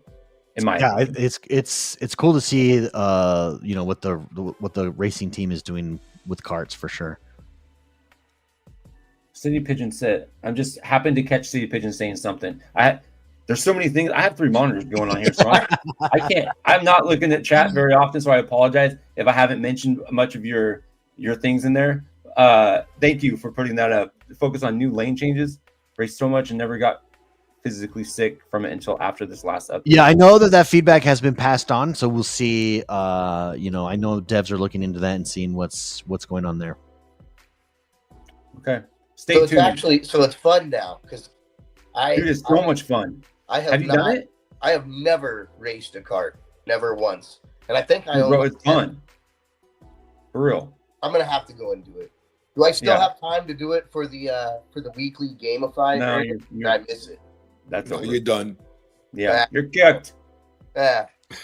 Happy, you missed your weeklies, bro. You missed your weeklies. Come on, man. You see, Happy, what happens when missing my monthlies? I'm okay. Lay off the sauce, homie, and get to racing.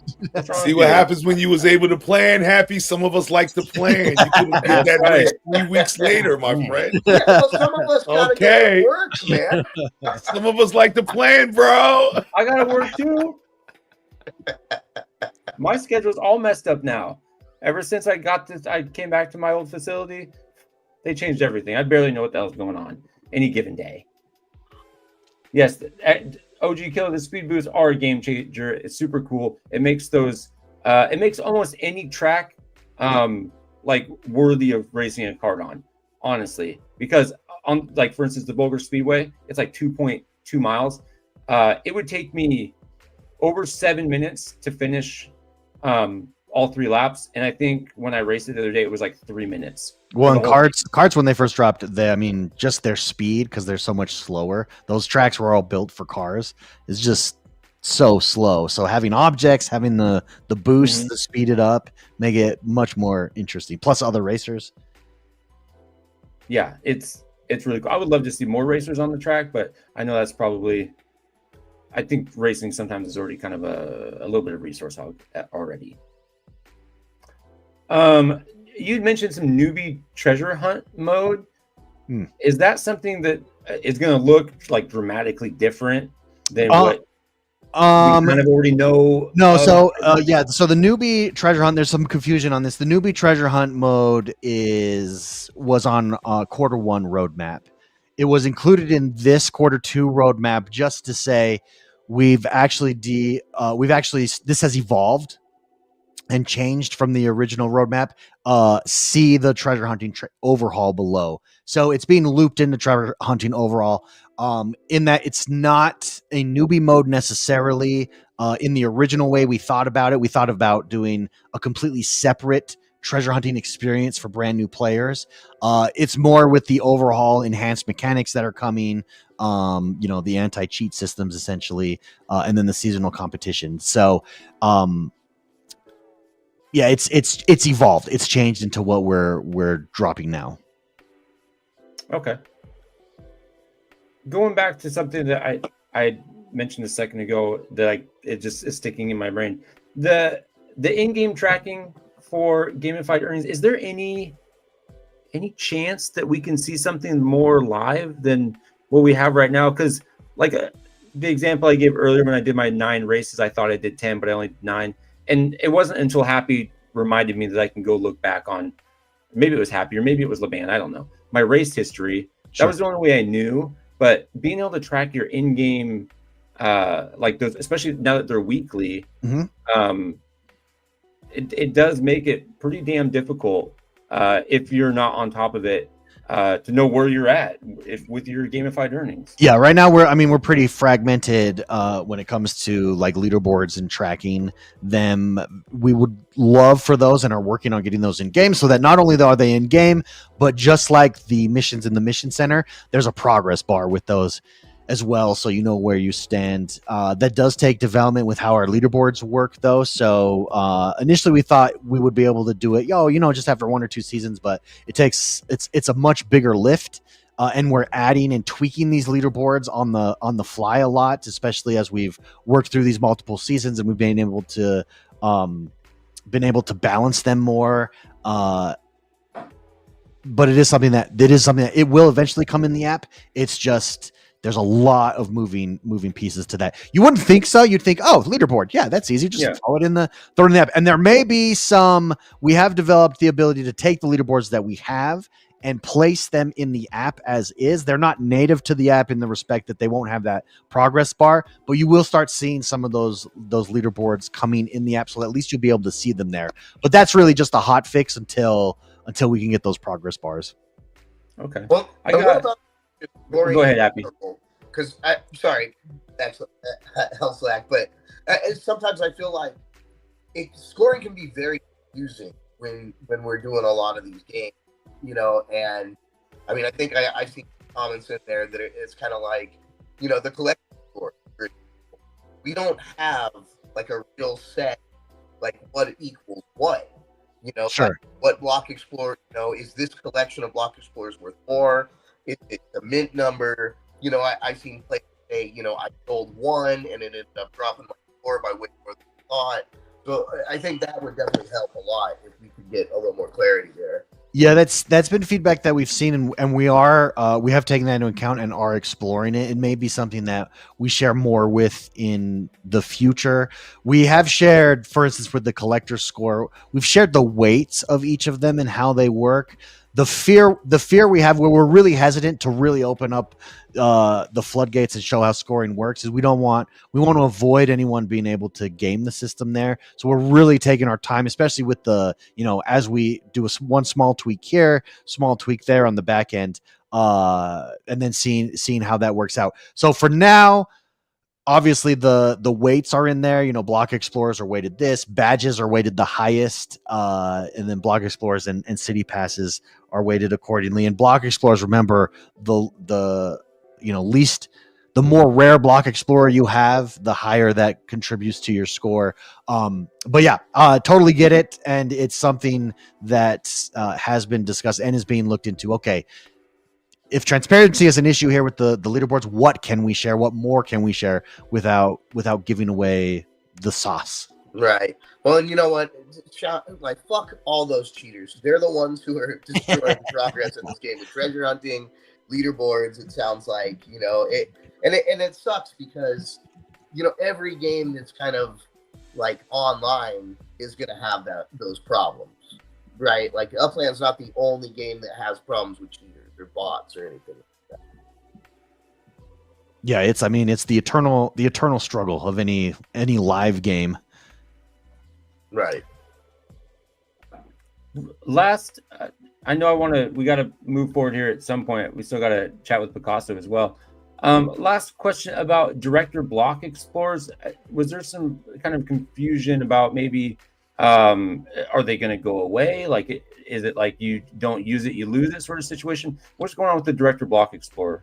Yeah, no. So this was under our section with the 3D spaces as well. These are things that we're reviewing and looking at sunsetting. Director block explorers will be sunsetted in their current form, in that if you level up to director, you now get created a custom director block explorer.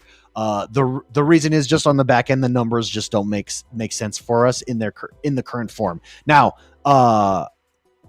just like 3D Spaces, we're taking a holistic look at this. Okay, what can we do to improve this? What can we do to make it better, valuable? So you may see them come back. You may see them come back slightly differently, but this is something that in its current form we will be sunsetting.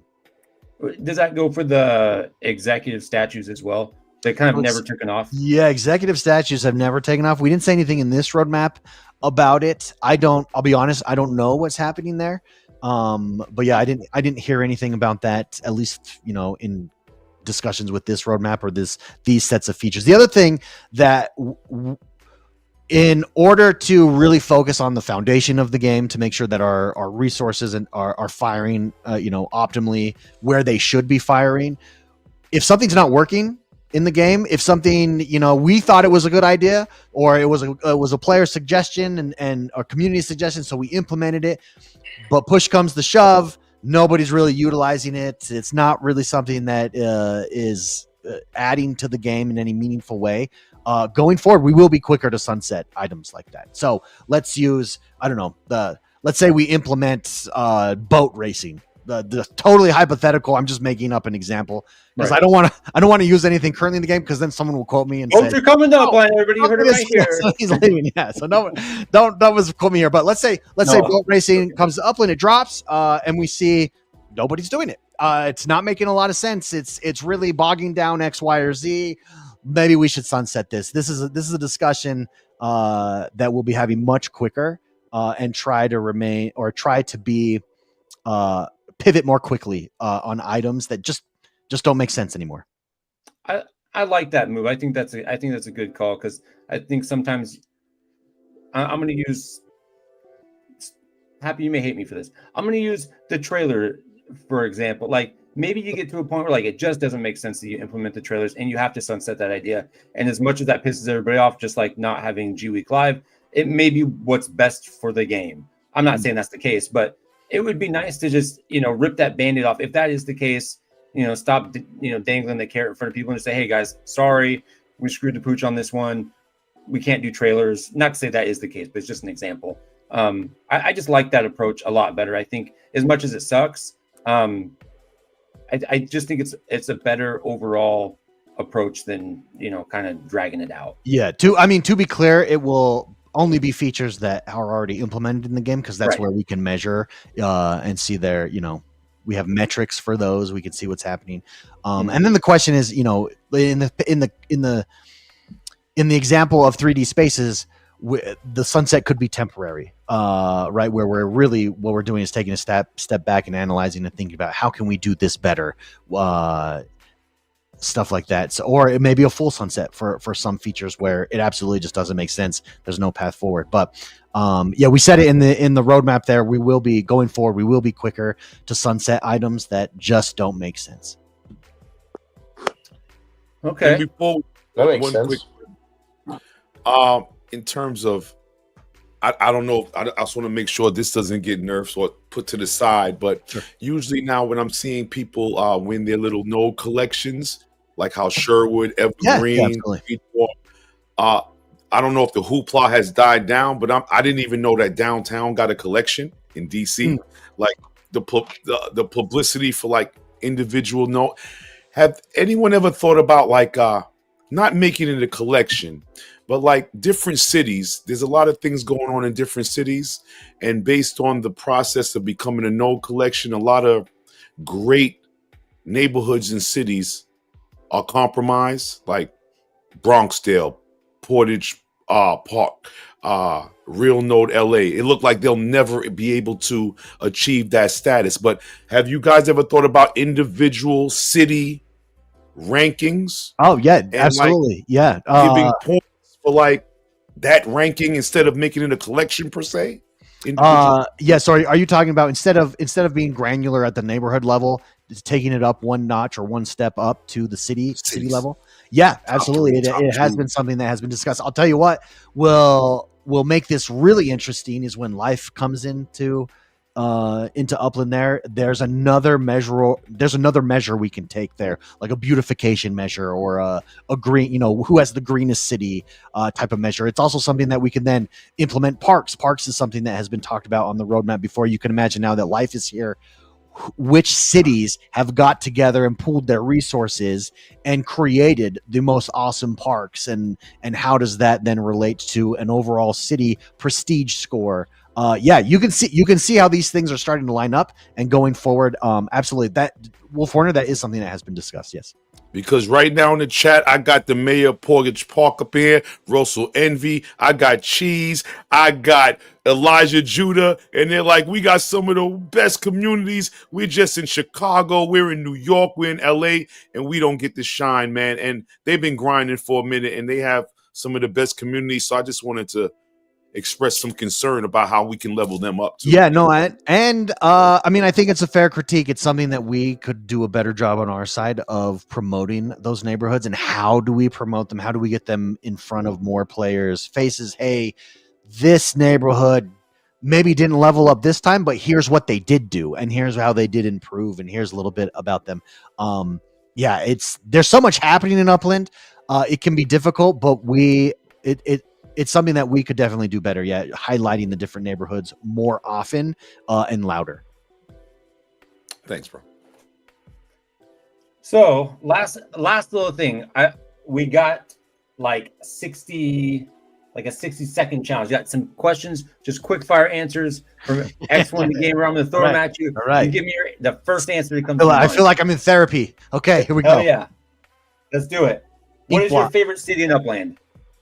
Park City, Utah, baby. What is your favorite city release? Oh, Shasta McNasty. Favorite city release? I would have to say Bermuda. Okay. Favorite map asset, either your own or not? Oh, I have a pool that is awesome. Okay. I don't know who made it. I apologize. But you give me a pool and I'm living the high life. Okay. Favorite structural ornament, either yours or not? Dude, I talked about this on the Ninja Show. There is a structure ornament out there that's like Western themed. There was like a sheriff's office and a saloon. Super badass. Love those. Best thing about working for Upland? Oh, the team number one. It's the coolest team that I've ever been a part of at any company. Everybody's wicked smart. Just fun to be around. What's that? Wicked smart. Wicked smart. And then number two, the community. Honestly, this is not a marketing ploy here. Go to any other game. Happy mentioned this earlier. In Web3, there is no community. Upland is it. Upland is the community. And in many things where we've partnered with other organizations, where we partnered with other projects, we dominate. Our community dominates. Our community is driving the discussion. So those two things are what make Upland the best place to work at for me. Well, you can't have the good without the bad. What's the worst thing about working for Upland? Working remotely. It has its advantages, but sometimes, this is my basement. I'm in a basement. I have no windows, so it can get lonely. Now we do have offices that we travel to every once in a while, but I am not in a place where I can go into the office frequently, and that is the worst part. Okay. Who is your favorite Uplander? My favorite Uplander. Oh, there's this dude, X1 the Gamer. I don't know if you've seen him. Yeah, he seems okay. Dude, his avatar's kind of lame, but you know. Yeah, what is with the avatar? I thought I yelled at the creative team, not yelled at them. I was like, dude, you made me old. That's not my hair. Like, I don't have gray hair. You got the surfboard behind me, but you made me look old. You got old. That pear-shaped going on. Yeah, what in the world? Those sweatshirts don't look right. Who's your least favorite Uplander? Oh, my least favorite Uplander? Oh, there's this guy, HappyMFR. I don't know. Have you seen him? No, I don't really have a least. I mean, I'm sure some annoying Yahoo on Twitter that I've blocked multiple times is my least favorite. But maybe some ass hat sniper. I don't know. yeah. It's funny, Happy. It's like you're reading the questions right from my list right here because that was the next question. Was it really? Yeah. Here's a tough one, and I'm gonna put you on the spot. Hyde Park Ninjas or Bulgarian Pirates? Oh, dude. I mean, I'm on the Bulgarian Pirates. Since I'm on your guy, I gotta say right now, Bulgaria, baby. That's right. You made the correct choice. But Hyde Park, you can win me back. Talk to me how. They can't. All right. Last thing, spill the beans. Tell us something we don't know yet about Upland. Does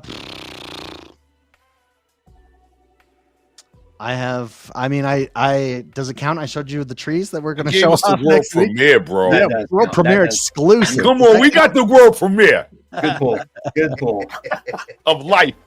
Yeah, no shit. That was pretty sick. What did you guys think? Initial impressions on that? Good, bad, negative, neutral? What did you think? It was good to see something, the progression, just to see something going on. So I'm intrigued, bro. I'm intrigued. Cool. I'm excited. Yeah. I've loved totems. They've been one of my favorite aspects of the game. And then to have real life. Here's a question I don't know if you've been asked. Are you going to be able to have two or multiple plants on a property, or will it just be one seedling and one plant or whatever per property? Sorry, I don't think I understand the question. Can you say that again? So once you have a seedling, could you actually start another seedling? Like if you have multiple. Oh, I see what you're saying. So for instance, I plant a pine tree, my pine tree drops pine cones, and I can use those for seeds essentially. Yeah. No, the only way initially will be through Totem Meta Ventures to generate those seeds. Now, long term, we talked about this before. Long term, there will be like fruit trees, for instance, or vegetables, and then you'll be able to farm those and turn those into something. But initially, it will just be plants that don't reproduce anything except for evolve in their state of growth. Okay. Could you do two seeds on one property? You'll be able to have tons of seeds. I mean, that's where what I'm really excited for is unlocking parks and seeing what communities and neighborhoods do with parks. Because imagine it's going to take coordination, being able to see what they do, and think about plant life. It's going to be limitless. And then within that plant life, so that maple tree, for instance, that's just one variation of the maple tree. There's going to be tons of variations of each plant. In the same way that totems were all, pretty unique and they had different attributes there. The same thing is going to be with plants. That's awesome. But probably no reefer, Happy, so just cool your jets. I grow my own. It's all good. Can we write no ninjas? Of course we can. We can write all kinds of fun stuff. We can just grow into some sort of bushy hate on ninjas. It'd be great. All right. We have a whole rest of a show to do.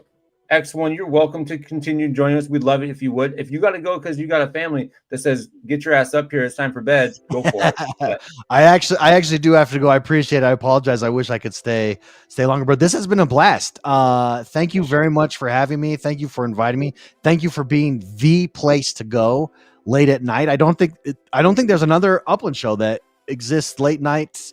You guys are the late night crowd. Thank you for that.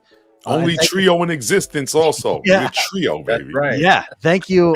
No, seriously though. Thank you for all you do. Thank you for inviting me. I believe Swarley asked, by the way, about a broadcaster badge. You guys are now technically in the UCN, I believe.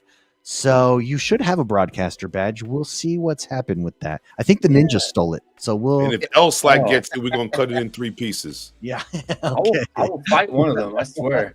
I want to say a big thanks, X1. And, I know you guys get a lot of crap, man, and a lot of it's not deserved. So, anybody out there who might be talking a whole lot of crap, you guys can I'll eat a dick. All right. I mean, that's the name of the game. That's the name of the game in gaming. It's honestly, it's a very small percentage of. I mean, we have 20,000 daily active users, and I would say less than 1% of 1% are a negative experience. The vast majority are incredibly positive and positive experiences, and the Upland community is amazing. So thank you guys for being a part of it. Thank you for your community and for all you guys do, and go Pirates.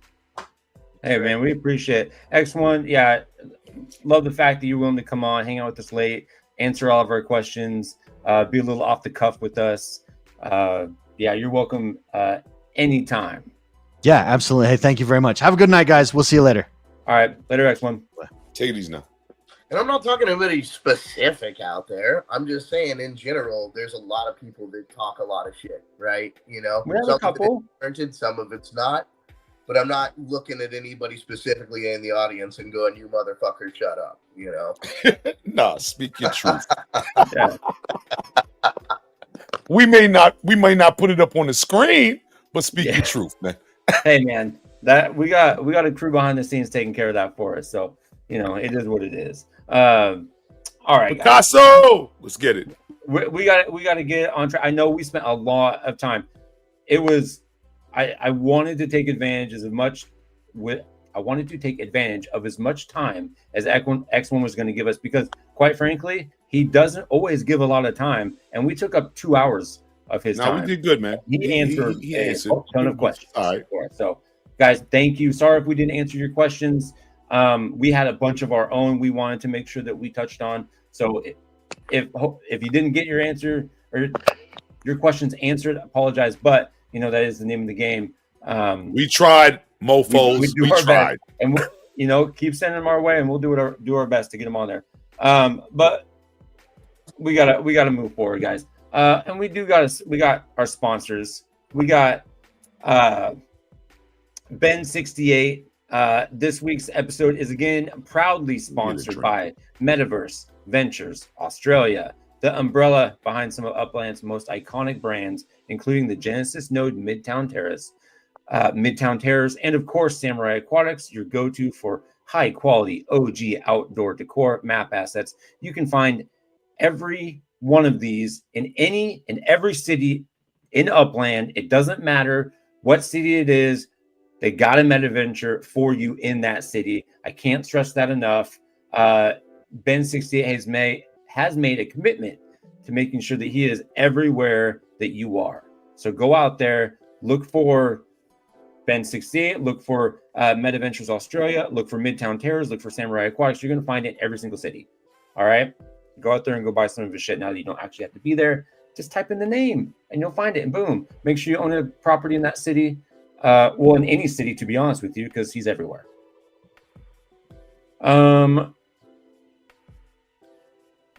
Was really great, and the 10,000. What did I miss there?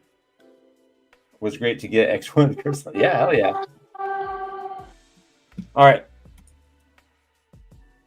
it's time, Picasso. I hope you're ready, because I got the shit for you. So without further ado, we're gonna do a little. It's not on the track with Pack. It's gonna be Racing Unpacked.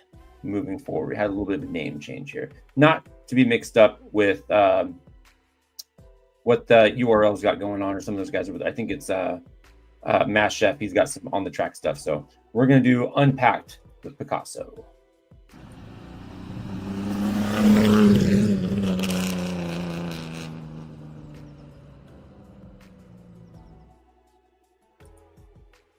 And joining us, Picasso, dude, thank you so much for being patient and waiting for that whole time. I wasn't quite sure how long that was going to go, but it definitely went longer than I thought. It's good and bad just because you're sitting back there waiting in the wings, but thank you for joining us. Not a problem, mate. Good morning. Good morning to the chat. The chat's kept me amused while I've been waiting. There's been some funny people in there today, isn't there?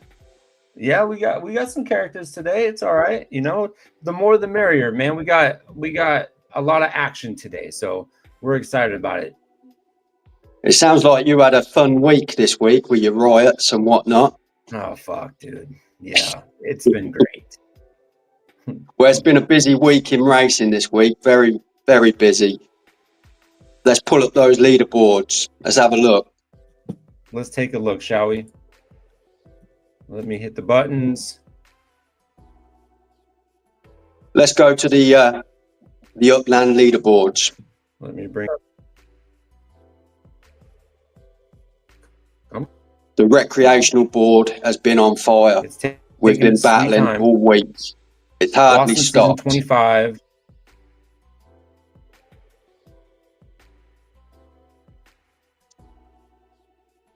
As you can see, there's been a lot of action going on. You got Picasso at the top. You can hear me all right, yeah? Yeah. Yeah, you're running number 1 on the recreational racing, 90 to 160 MPS. We've been very busy. There's been a group of us racing. Foreskin there, huh? Well, Skins has been pushing me hard. You know, he's coming for that top spot. So it's going to be a battle this season. If you look on the championship board, we've got the King at the top of the throne, sitting there nicely, Mr. City Pigeon. So it's been a real busy week for the leaderboards. We've got this will go on now until May the 7th, 9 a.m. PT. So we'll see how it ends up. There's going to be a lot of racing between now and then. Yeah, and then if we move over to the URL, we've got the URL starting on Friday, next Friday, 1:30 PT. Make sure you tune in. It's going to be a great season. Matt Chef went through most of it last night on the Upix podcast, so we'll just have a quick look. We're racing on the mighty Olive Mile this week. Now, this is a track that I've raced many times, hundreds of times, but always in go-karts. It's very small. Racing it in S1Rs is going to be very interesting. It's not really the track for that, so expect plenty of collisions, plenty of skids. And it's going to be fun, very fun. So don't miss it. And then if we have a look at all the competitors for this season, the field has grown. We've now got 18 instead of 12. So three new teams. Lightning Leg has put a huge investment in. And it's going to be fun. I'd say my favourites for the competition are going to be the Old Guard, Sam Mahoney, Wanderer, and Akaproppy. But there's a dark horse coming up, a racer that everybody needs to keep an eye on, Mr. Foreskin. This guy is a top racer. I've been racing with him all week. Me and Matt Chef were talking about him before the Upix podcast last night. This is the guy to watch. He could pull off a surprise this season.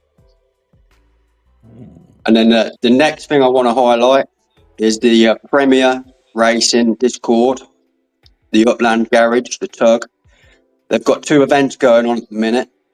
So they've got a weekly event this week, and they've got a season event going on.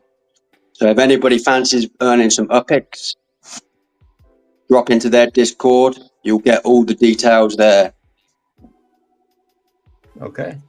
And if you get me the link to that at some point, I'll post that up in our Discord to make sure everybody can get to there if they want it. Not a problem. But it's been a very busy week and racing's booming, but it's not all sunshine and rainbows in the racing world.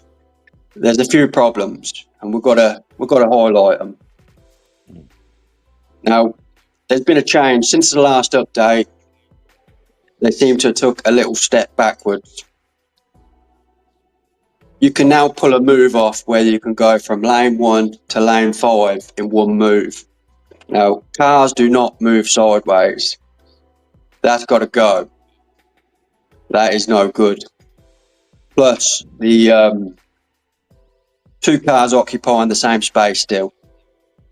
We can't have that either. That's got to go. And another huge problem that seems to have come up lately is the sticky lanes. You should not slow down in a certain lane. That's just not right. That needs to change. And also, one other problem is there's some teleports on a certain few tracks. I was racing some guys the other day. One guy I know was in a truck. He was racing S4Es. Now, a truck should have no chance against S4Es. He slammed his brakes on, let everyone go past him. And then the next thing you know, he's halfway around the track. The hell? And it's like, what's going on there? I need that truck. In a truck, in a standard truck. So that's another problem that needs to change. But apart from that, the rating is booming, and we want to see some more people on the tracks. That's what I'm saying, Swarley. I need to find that truck. I might be able to win me a couple of races teleport, man. It's not the truck. It's not the truck. It's the track. Right, The track, right. mate. Yeah, anyone can pull this move off. I went on the track afterwards and give it a little test, and you do it in any car. It's not just a truck. But it should not exist, Absolutely. I couldn't believe it. I thought I'd won the race. And I said to him, I beat you. How come you're in first? And he said, haha, I teleported around the track. So that's got to change, Wow. Definitely. Can you do that on any track, or is it certain ones? Only certain ones. Okay. There's certain tracks. So I'd keep a lookout for them, and if you find one, maybe stay off that track. Yeah, maybe hit up support, or if there's anybody who wants to be a spokesperson for calling out fucked up tracks. Man, City Pigeon just said they got spots that send you backwards also, man. Yeah. If that was built in, right? And maybe there's a secret teleport on every track, or a secret teleport that moves you back. That could be a gamified aspect of things. But if it's just some glitch, you gotta go. You gotta change. It shouldn't happen. It's a car racing. We're racing cars, we're not playing Star Wars, beam me up Scotty, you know what I mean? This is racing. It's supposed to be professional racing. So We are in the Boston season, futuristic. I'd like to see those four things changed, and pretty sharpish as well. We've got the URL coming up. We don't want things like this going on stream. So come on, Upland, let's get this sorted. Yeah, no, that's a good call out. The last thing, the URL, or even like the championship series, like the Blossom series, you don't want any of those exploitations taking place during your racing events. That just sours the game for everybody. Of course, yeah, it's no good. We need them sorting out sharpish. Absolutely. Any other racing happenings going on around the metaverse?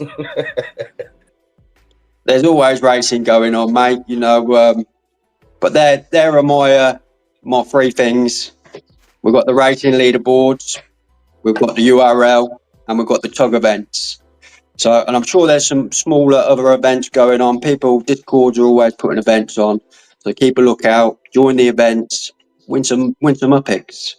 Win some prizes as well. There's always prizes going on. So keep an eye out for these events. Awesome. Hey, thanks, Picasso. Appreciate your insights here. I can't wait to see you fucking don Upland After Dark on your card, and we'll be cheering you on. I don't know what we can provide when you inevitably win again, but we'll come up with something sexy for you.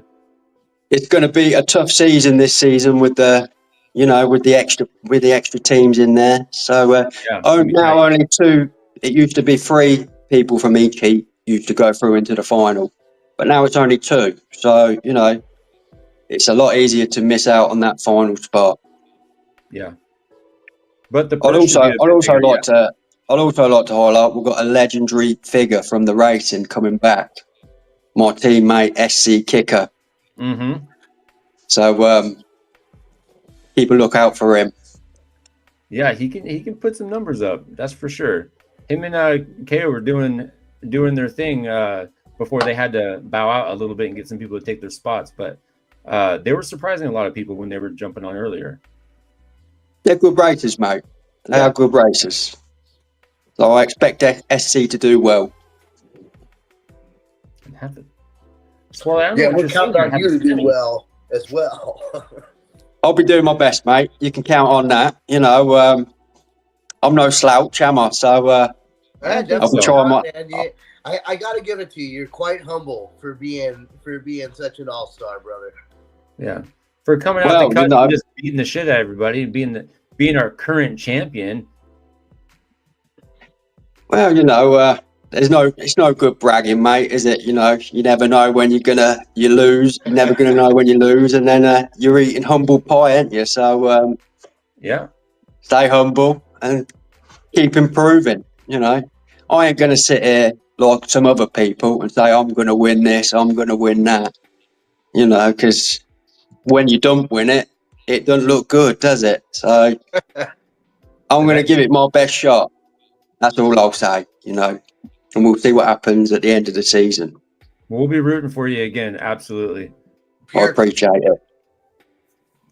Awesome, Picasso. Thanks. Hey, man, you're welcome to hang on with us and kick it the rest of the show. Or if you got something to do, I know you've been waiting a while, and I know it's hella early for you. So whatever you want to do, man, we're here to support you. Oh, no, I'll hang about if you want. If you don't mind, I'll hell no. Sit here and kick it with the Upland After Dark crew. Fucking A.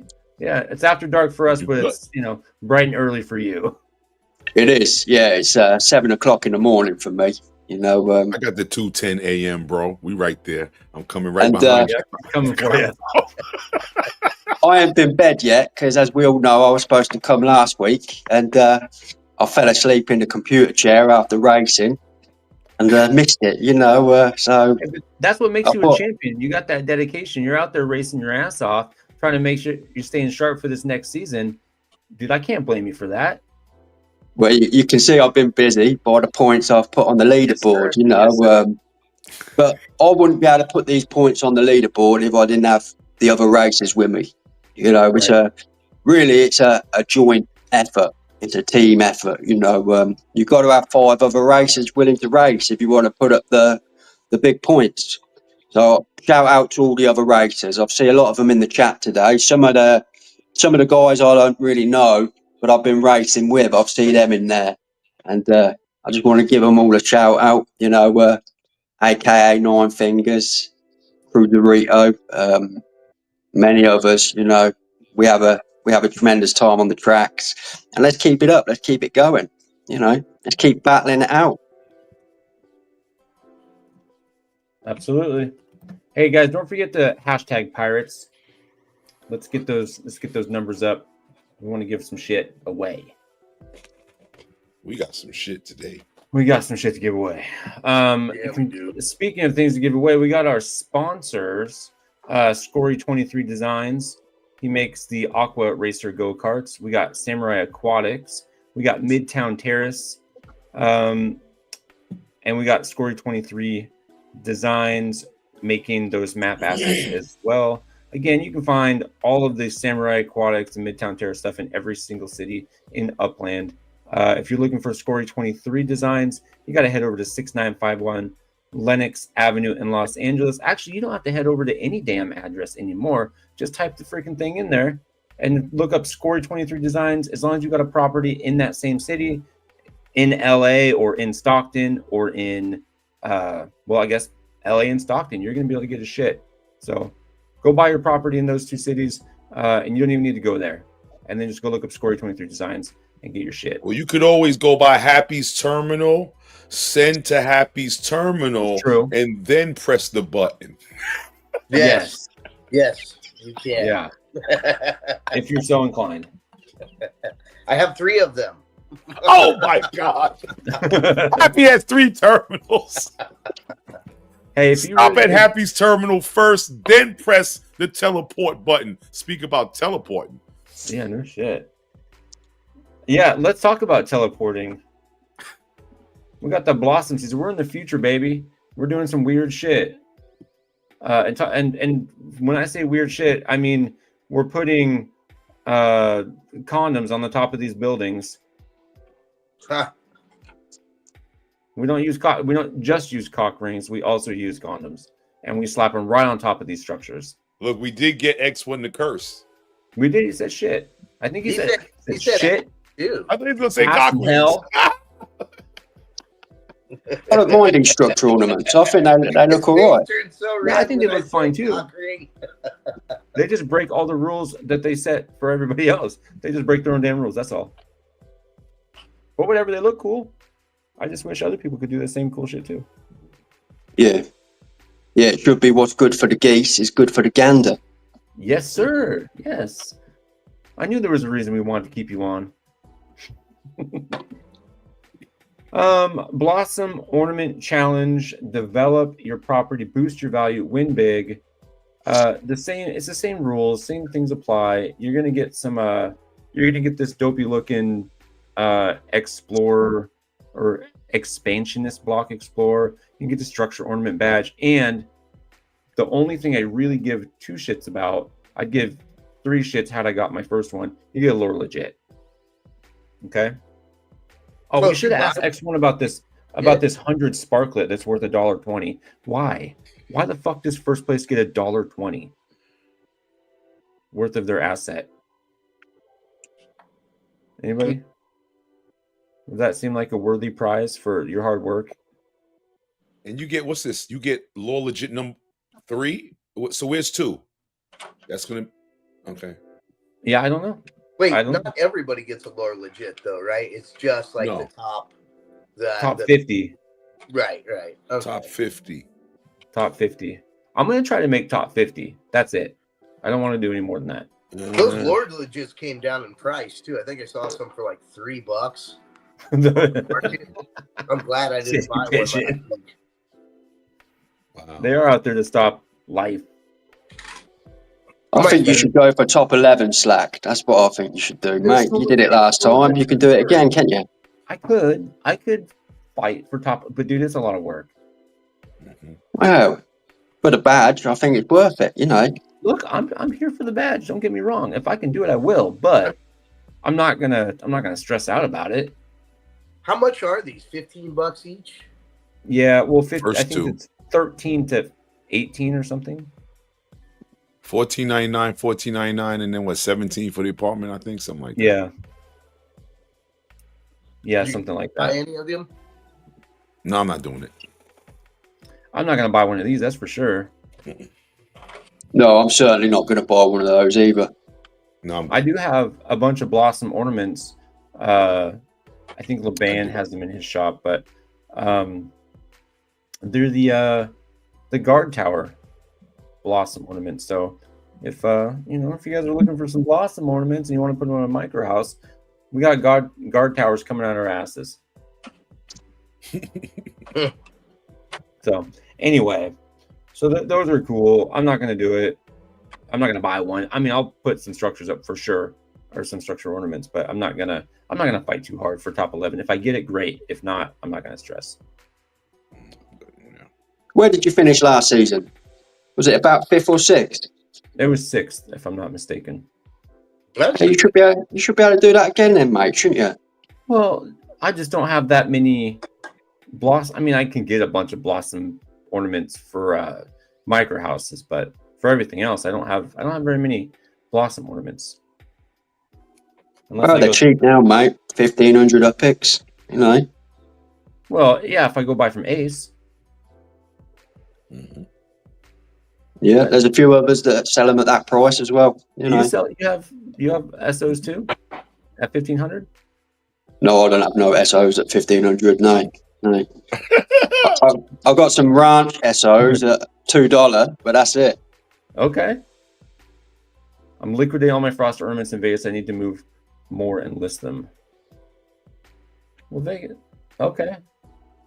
Well, frost ornament doesn't really help us, City Pigeon, when we're in blossom season now, does it?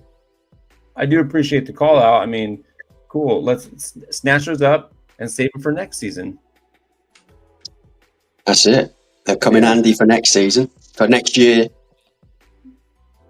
Yeah, if you can get him off City Pigeon, go get him and just hoard him until next year, and then you'll dominate because he's probably got a You'd be good. Any other thoughts on this Blossom Ornament Challenge? You guys have any feelings? No. Yeah, me neither. It's the Nope. same. They look cool. I'm here for it, but I'm not gonna buy one. North Grapeland Heights in Miami. I've said this on X. We are Vulgarian Pirates. That is officially our name. I'm not going to go too much into this because that's not what this show is. We're not. This is not a Vulgarian Pirates After Dark. This is Upland After Dark. So we're just want to let you guys know that we have officially come up with a name. We're currently doing a logo challenge. So if you are in the Discord and you want to submit some logo ideas, feel free to do so. You could win, a fair amount of upics in the process. Some real names, man. I'm peeping out the corner of my eye right there. Some real names, but this is yes. Wow. I know some of those guys and gals, man. Swarley's leading the charge. You got Tosshead, Lightning Leg, What? Happy, Scory, Charles FR, Captain BCR, Claw, yeah, Wilk, Laban, JP, wow, Caltrade, Mushy Farmer. I'm down there in number with 21 props. Jimmy Jester, OG Killa, Caesar. Wow. Fuck, we got other names in there. Some heat. Some names. The name I don't see on there that I feel should be on there is Picasso, but that's just me. I'll have to pick up a not few there more. yet. I got about seven. Y'all went to 15, but you'll see my numbers rise. The floor. Yeah, I've only got 3 myself, so I'll have to get some more. I'll rise up. You guys need to get your shit together. I mean, Upland's floor is fucking crazy, though, man. Like the Upland's floor, 57,000. That's what I was gonna say. And there's not even a whole lot of them for sale. There's not. But you can go get $5 properties almost all day. Mm-hmm. Yeah, I got 3 of those. Yeah, it's impressive the things we're doing. Like the floor is pretty high. We're trying to get it down, but it's hard, man. People are snatching those cheaper properties up like the quickness. Yes, sir. Well, right. It's hard to even get below 50% mint. I mean, you know, and not only that, but everybody who's buying them, we're not putting them back on the market. No, so which is awesome. Bought up. Eventually, it's just not going to be a whole. I mean, already, I don't think there's even 100 properties for sale. No. No. I mean, there's this number says there's 16 of them, but it's not accurate as of now, but it's probably not too far from that. So, yeah, there's not. I looked the other day. I think I could pick between 30. I mean, yeah, I paid out my nose for a few off the secondary market, but I knew I was going to have to, and I want to own more. So I was happy to do so. All right. Anyway, like I said, we're not going to spend a lot of time on this. We're the Vulgarian Pirates. We're super stoked. We got a lot of stuff going on, but we'll touch on that on a Good vibes. Different thing. So, but yeah, hit us up if you're interested in joining up on the node. Oh, also hashtag pirates. Pirates. I keep saying pirates. Pirate. What is it? I think I fucked this up for everybody. I have it. It's pirates. Yeah. So add an S to that, and you're gonna be good. This is all my fault. I wrote it wrong, and it only tracks what the exact word that you write. This is all on me. So my apologies. It says pirate, but it's pirates with an S. Okay. With an S. So my bad. You know where we're at. You guys ready for this? Yep. Flip of the week. Look, we are, we're lacking. We're lacking this week in the flip department, which is okay. We only got a couple. Got Jimmy Jester over here. He sold a property for 32,000 upics, and he bought it for 10. So that's a 3x. That's not bad. That's not bad at all.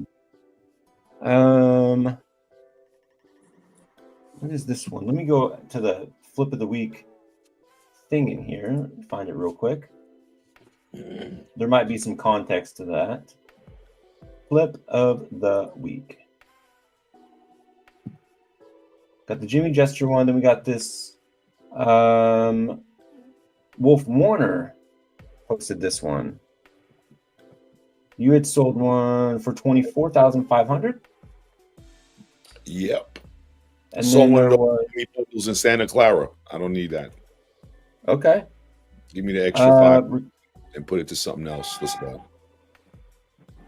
And then you sold something to Recurrier. It was Recurrier getting this collector score up came for one of my Block Explorers, $11. I take the cash, put it towards some Sparklet one day. It's all good. Oh yeah, that's a good little flip right there. It's hard to sell those sometimes. I have no problem with the cash with those because it doesn't mess my yield up. I kind of have a problem selling property for cash because I'm still on my yield grind. But a Block Explorer for some cash, I'll take that. Doesn't take away from my yield. Collector's score, I like yield better than collector's score. Fair enough. And then another one I found in there that didn't make the graphic here was Freaky Man sold a property that was minted for 3,000. He sold it for 22,000. Nice. So that's a hell of a flip right there. No doubt, for sure. That one could be what 7x. That's 3 to 22. What's the other one? 10 to 32. 3 to 22. Yeah, 3 to 22. That one might be the flip of the week. Yes, sir. I would say so. Freaky Man wins. Got another 20,000 coming your way. I guess I got the cash flip of the week. You did get the cash flip of the week. Pull some cash out. With the cash, the $11 flip. Freaky Man with the fucking 7x flip. Yep. Quality flips in the low week, but with this new secondary market boost, we should start seeing some more shit flying off the shelves. So post your flips of the week in the Discord if you got them, and you could win 20,000 of HappyMFR's money. Well, Upix. So, all right, that's the flip of the week. Going to Freaky Man. That's 2 weeks in a row that he won. That son of a bitch. We're gonna have to ban him or something. All right, everybody. We also got, because we got so much shit going on, we're giving away shit left and right over here. We got competitions coming out of our noses. The Vulgar Speedway Tier 2 giveaway. If you ever watch the show, which I'm sure some of you haven't because we got more numbers today than we normally do, we give away prizes just for owning properties around the Vulgar Speedway. And one of those prizes you can get is a Vulgar Speedway Tier 1 property, which is right on the track. But owning things inside or just around the track can win you all this other stuff on this side over here. So this week we have a new eligible entry. It's Dukes SX.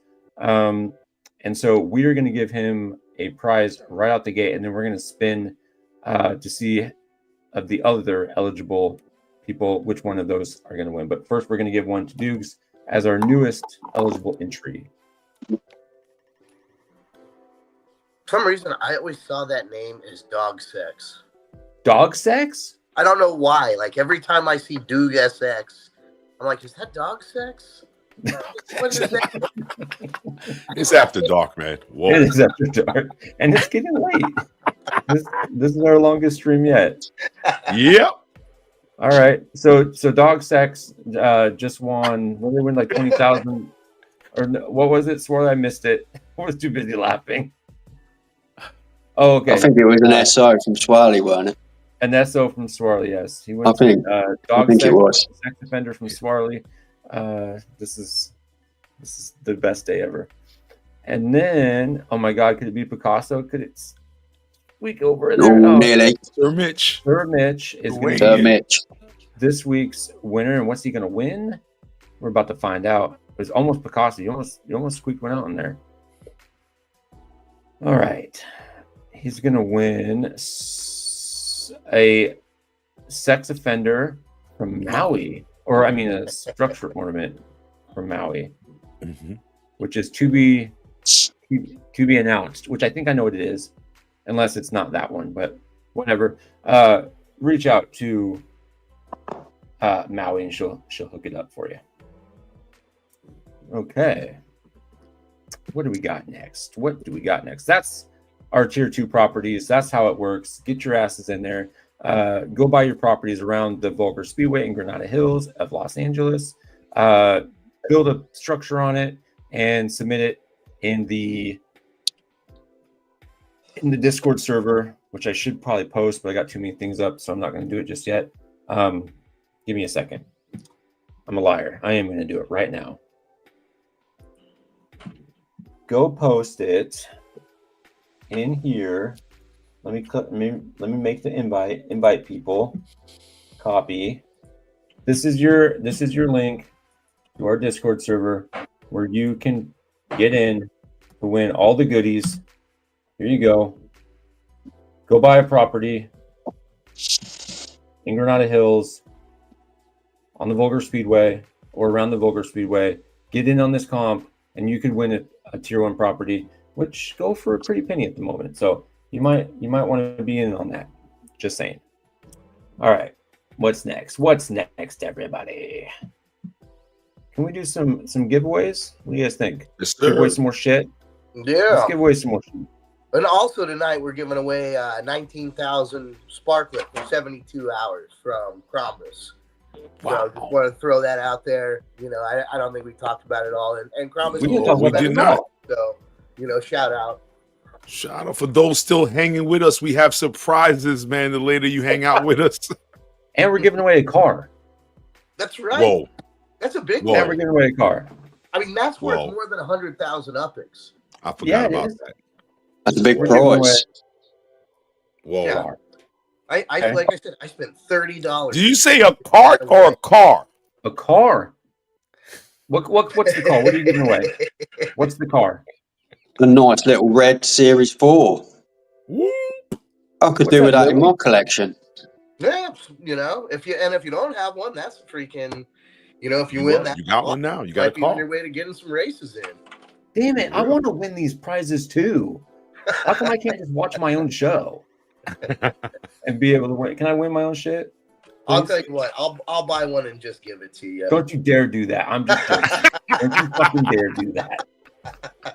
I will virtually punch you in the dick if you do that. Like, don't have pity on me, man. We don't do I know pity, this man. bitch. I can buy my own car. All right, let's give some shit away. Last chance. Get your hashtags in. Hashtag pirates with an S, and we're gonna give some shit away in about 2 shakes of the lamb's tail. I got 28 entries. I'm gonna actually bring this one up, but we're gonna give away Samurai Aquatic stuff. You got this set. There's a pool, which is, I don't know if this is the pool that X1 was talking about, but there's a pool. He says he loves them. We got Maui's yellow Maris structure. I hope I'm saying that correctly.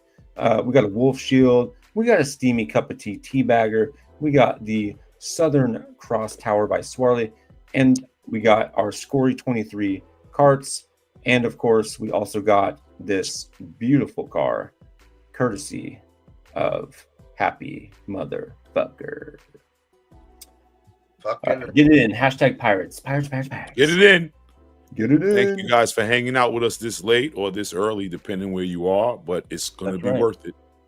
Lily, thanks for joining us. Thanks for stumbling across this our little podcast we got going on here. Cassastra's up late putting in the hashtag pirates. I love all the new names, man. This is fantastic. For sure. Mule Cow, Level Up Tech. That's an oldie but a goodie. And now we're going to make sure that they didn't come just because we had X1. Because if you hung around late enough, you're about to come way up. You're about to level up. Level up. Mule Cow's a good man. He's in my node, North Trenton. Okay. He's a friend of mine. Top man. Hey, Picasso, Welcome, don't forget to put hashtag pirates in there. I've done it. Okay, good. All right, I'm in. I see that red car, mate. I was straight in there. So I'm in. All right, we're gonna go to this thing here.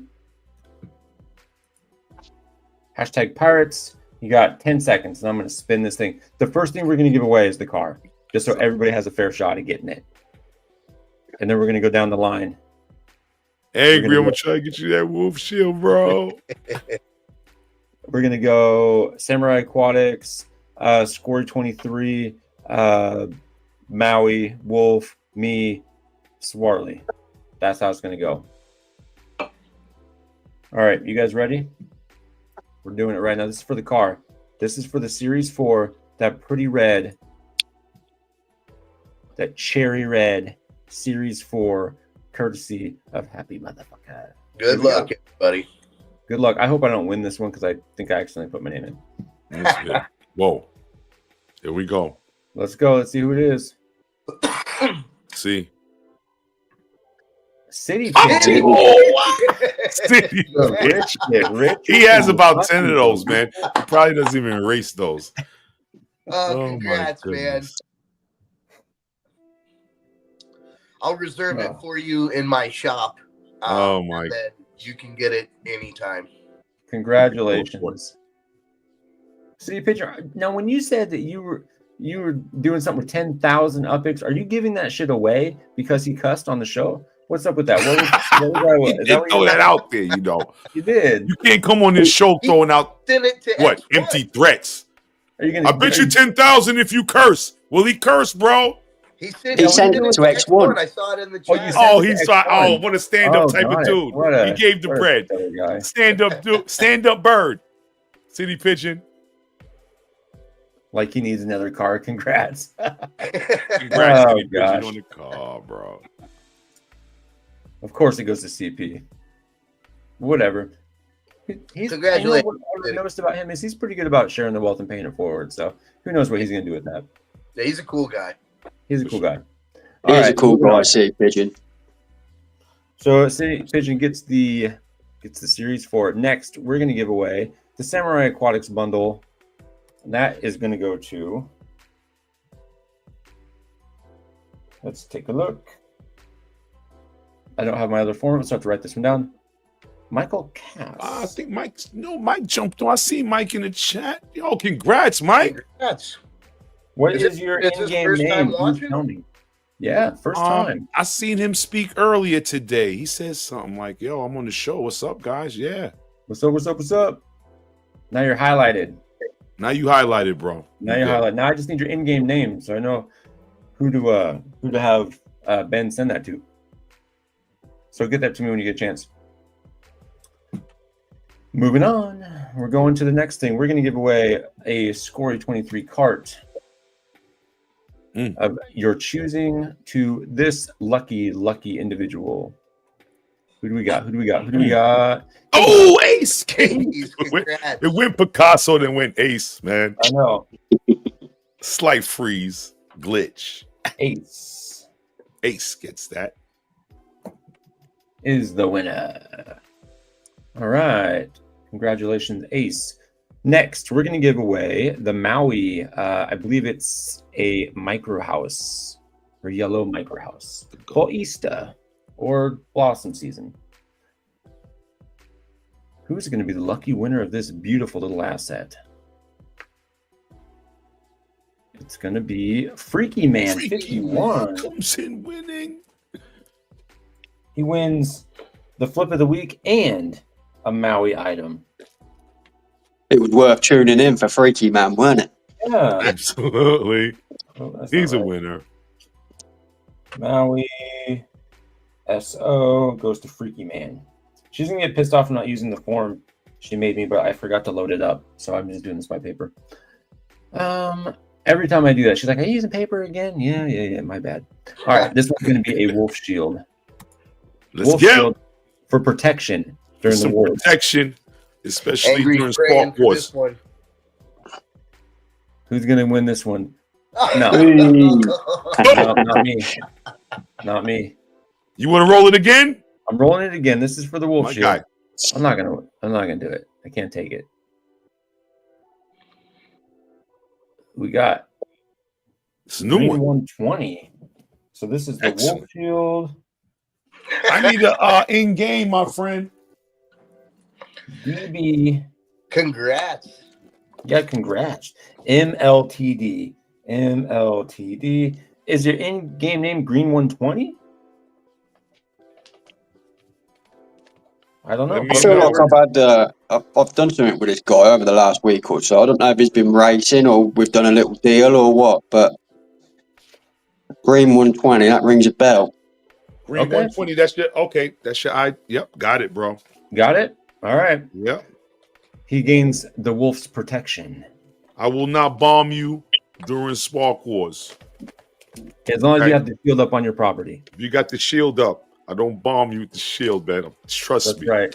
I don't care if you're my worst That's how enemy. I won't we're bomb. building utility for wolf over Utility here. for the wolf shield, baby. That's right. Safety first. Safety first. Luck and safety all the way. This is for a steamy cup of tea right here. Who's going to win their very own? Hopefully it's somebody new. Steamy cup of tea. Could potentially get you 5,000. Okay, this is somebody new. Steamy. No. So every month I give away, which actually I'm a month behind. I need to give it away. I give away 5,000 epics once a month to one lucky owner of one of these. So and the only way you can get them is through these shows. I only give them away. I don't sell them. So you can't buy these bad boys. So steamy cup of tea, which I call a tea bagger. New people winning. This is dope. Awesome. I know. I love it. Two Yes. are, I hope this is your in-game name. If it's not, you're going to have to tell me. ND. And this is a name right here. STNRS. Got it. You won a teabagger. And then our last prize of the night is the Southern Cross Tower by Swarley129 for all of your apartments. This is a Australian, like, kind of Capitol building sort of monument thing. Swarley would be able to explain it way better than me, but it looks really cool. The picture he's seen, it looks just like that thing on top of the apartment. So, is it blossom season? I don't know what season it is. I don't know. I'd have to ask him. But Ooh, Wow, there you go. happy days. There you go. Get in there. There you go. You stayed backstage for like 7 hours waiting for X1 to finish spitting his gums, and you jump in and you win, bro. What patience, man. It's a virtue. That's it, right. mate. Eh? It's rewarded, isn't it? The old patience. Awesome. Tremendous. all right, let's remove that. That's our giveaways. What do we got next? What do we got on the docket next? Let me bring this thing back up. Congratulations to all the winners. Oh, there's one more thing. 19,000 upics. Oh, 19,000. That's right. From Crombus. Crombus. Okay. Wow, one time. For 3 days. So you can build an apartment at least. Or no, a regular house. A regular, house, yeah. Whatever you call them. Okay. Crombus loves giving that spark away. Well, what do we got? 56. Here's what I'm going to do. I'm going to do a new hashtag. Give everybody a chance to win this. You're going to have a very short window here. Oh, I didn't mean to hit that button. And then we're going to come back to this. What's the hashtag? Crombus. Hashtag Crombus. Yeah. I How like do you it. spell that? I like that. KROMBIS. Hashtag Crombus. And whoever wins this is going to get 19,000 Sparklet for 7 days. Is that what you said? For 3 days. For 3 days. 19,000 Sparklet for 3 days. Hashtag Crombus. Put it in right now. We're going to go through these, and then we'll give that away at the very, very end of the show, which we're very, very close to. So, Dr. Tit is in. Satra's in. Swarley's in. Shorty's in. I might be rooting for the new guys. Let me see. So we got pretty close. Oh, Captain Money, man. I got my money on you, bro. Hold on. Lokman. Maui. I know Level Tech. I know Maui. how do you get that sneeze out of the way? Do I know D Thinking? Sturgios. I've seen you before. Angry. You know I know you angry. Jimmy. I know you, Jimmy. Wow. So we were really close this week. We got up to 40 reposts. We need 50. Wow. We need 50 to give away 50,000 upics. Swarley's going to put this up again. It'll be a new one. Look for it on X. He's going to put this up, and all you got to do is repost it. and then add your in-game name. And then if we get 50 reposts by next week, we will give away 50,000 Upix on next week's show. That's episode 9 live. And then if you are actually live, you'll get 100,000. Damn.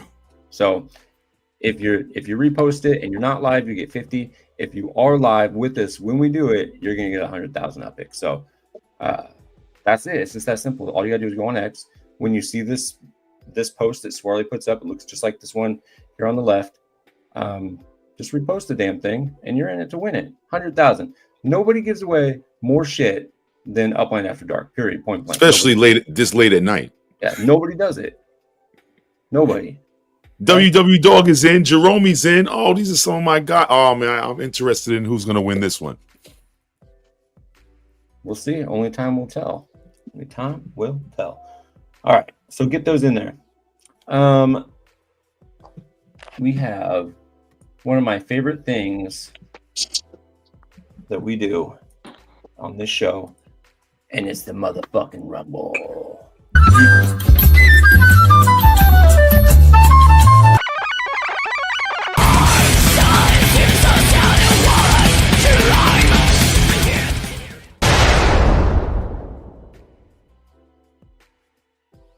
You guys ready for this? Let's go. Hopefully everybody got in for this. I'm gonna bring it over here for the rumblings. 22. We got 22. Last chance to get in. Go down on the Bulgarian Discord server. Click this little button right here, and you're gonna be in it. Okay, I'll give you guys about 30 seconds to do that, and then I'm going for it. We're rumbling out.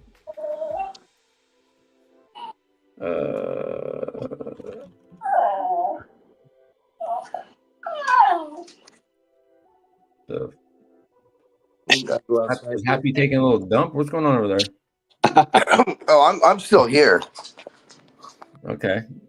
Yeah, no, my dog was bugging me. Yeah, that'll happen. Yeah, he's got to go outside, I think. 2,460 people suck arse. Swarley says 2.5 people saw the post and only 40 reposted. God dang. Hey, at least the numbers are coming up, my friends. They're coming up. Why wouldn't you just hit the little repost button? It's so easy. Yeah, for a chance of 100 grand to press a button. Wow. You know. Fuck yeah. It is what it is. All right, everybody. If you're not in, you're going to be late. We're going to start this fucking Rumble right now because it's late, guys. We're pushing 3 hours here. This is our longest show ever. And we got to get Wolf to bed. And maybe Picasso, too, because he's been up forever. I'll be on the racing track, mate, once this is finished. Fair enough. Fair enough. All right, let's rumble. Let's get it in. 26 now. Here we go. What do we got going here? Let's make this big. Oh, I hit some weird fucking button. What did I do? All right. So we got a 5,000 pool. Let's see here. Freaky Man found a lake and decided to set up camp. Just Corsian took out Boydern. L-Slack. Did I kill somebody? Uh-oh. I broke Tom's kneecaps. Fuck yeah. Mule Cow sneezed and killed Maui. Round 2. What was it? Swarley stabbed L-Slack. Fuck, man. Fuck you, Swarley.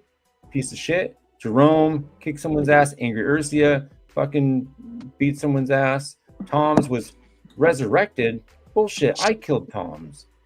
Freaky Man was, I don't know, meddling under the waterfalls. Wolf Warmer killed Obi-Wan. Jerome did some shit. This goes too fast for me. Swarley sharpened some bone into a dagger. HappyMFR killed himself. Dang, What? That's fucked up. What did I even do? You killed yourself. Who knows? They just said you killed yourself. And then they laughed about it. I'm back. Picasso left their supplies behind. Angry Ursia stabbed Discorsian. OG Killa misjudged the depth of the water and tried to dive in head first and cracked their skull on the bottom. That's terribly unfortunate. Swarley129 hit Picasso on the solar plexus with the back of a dagger. Let's see here. Round 5, when Laban the Only woke up in the morning, they were surprised to find a small package of food beside them. The population of heaven just decreased because Jerome is back in the game. Jimmy Jester sneezed and killed an unvaccinated scientist. Dukes bludgeoned Jimmy Jester to death. Let's see here.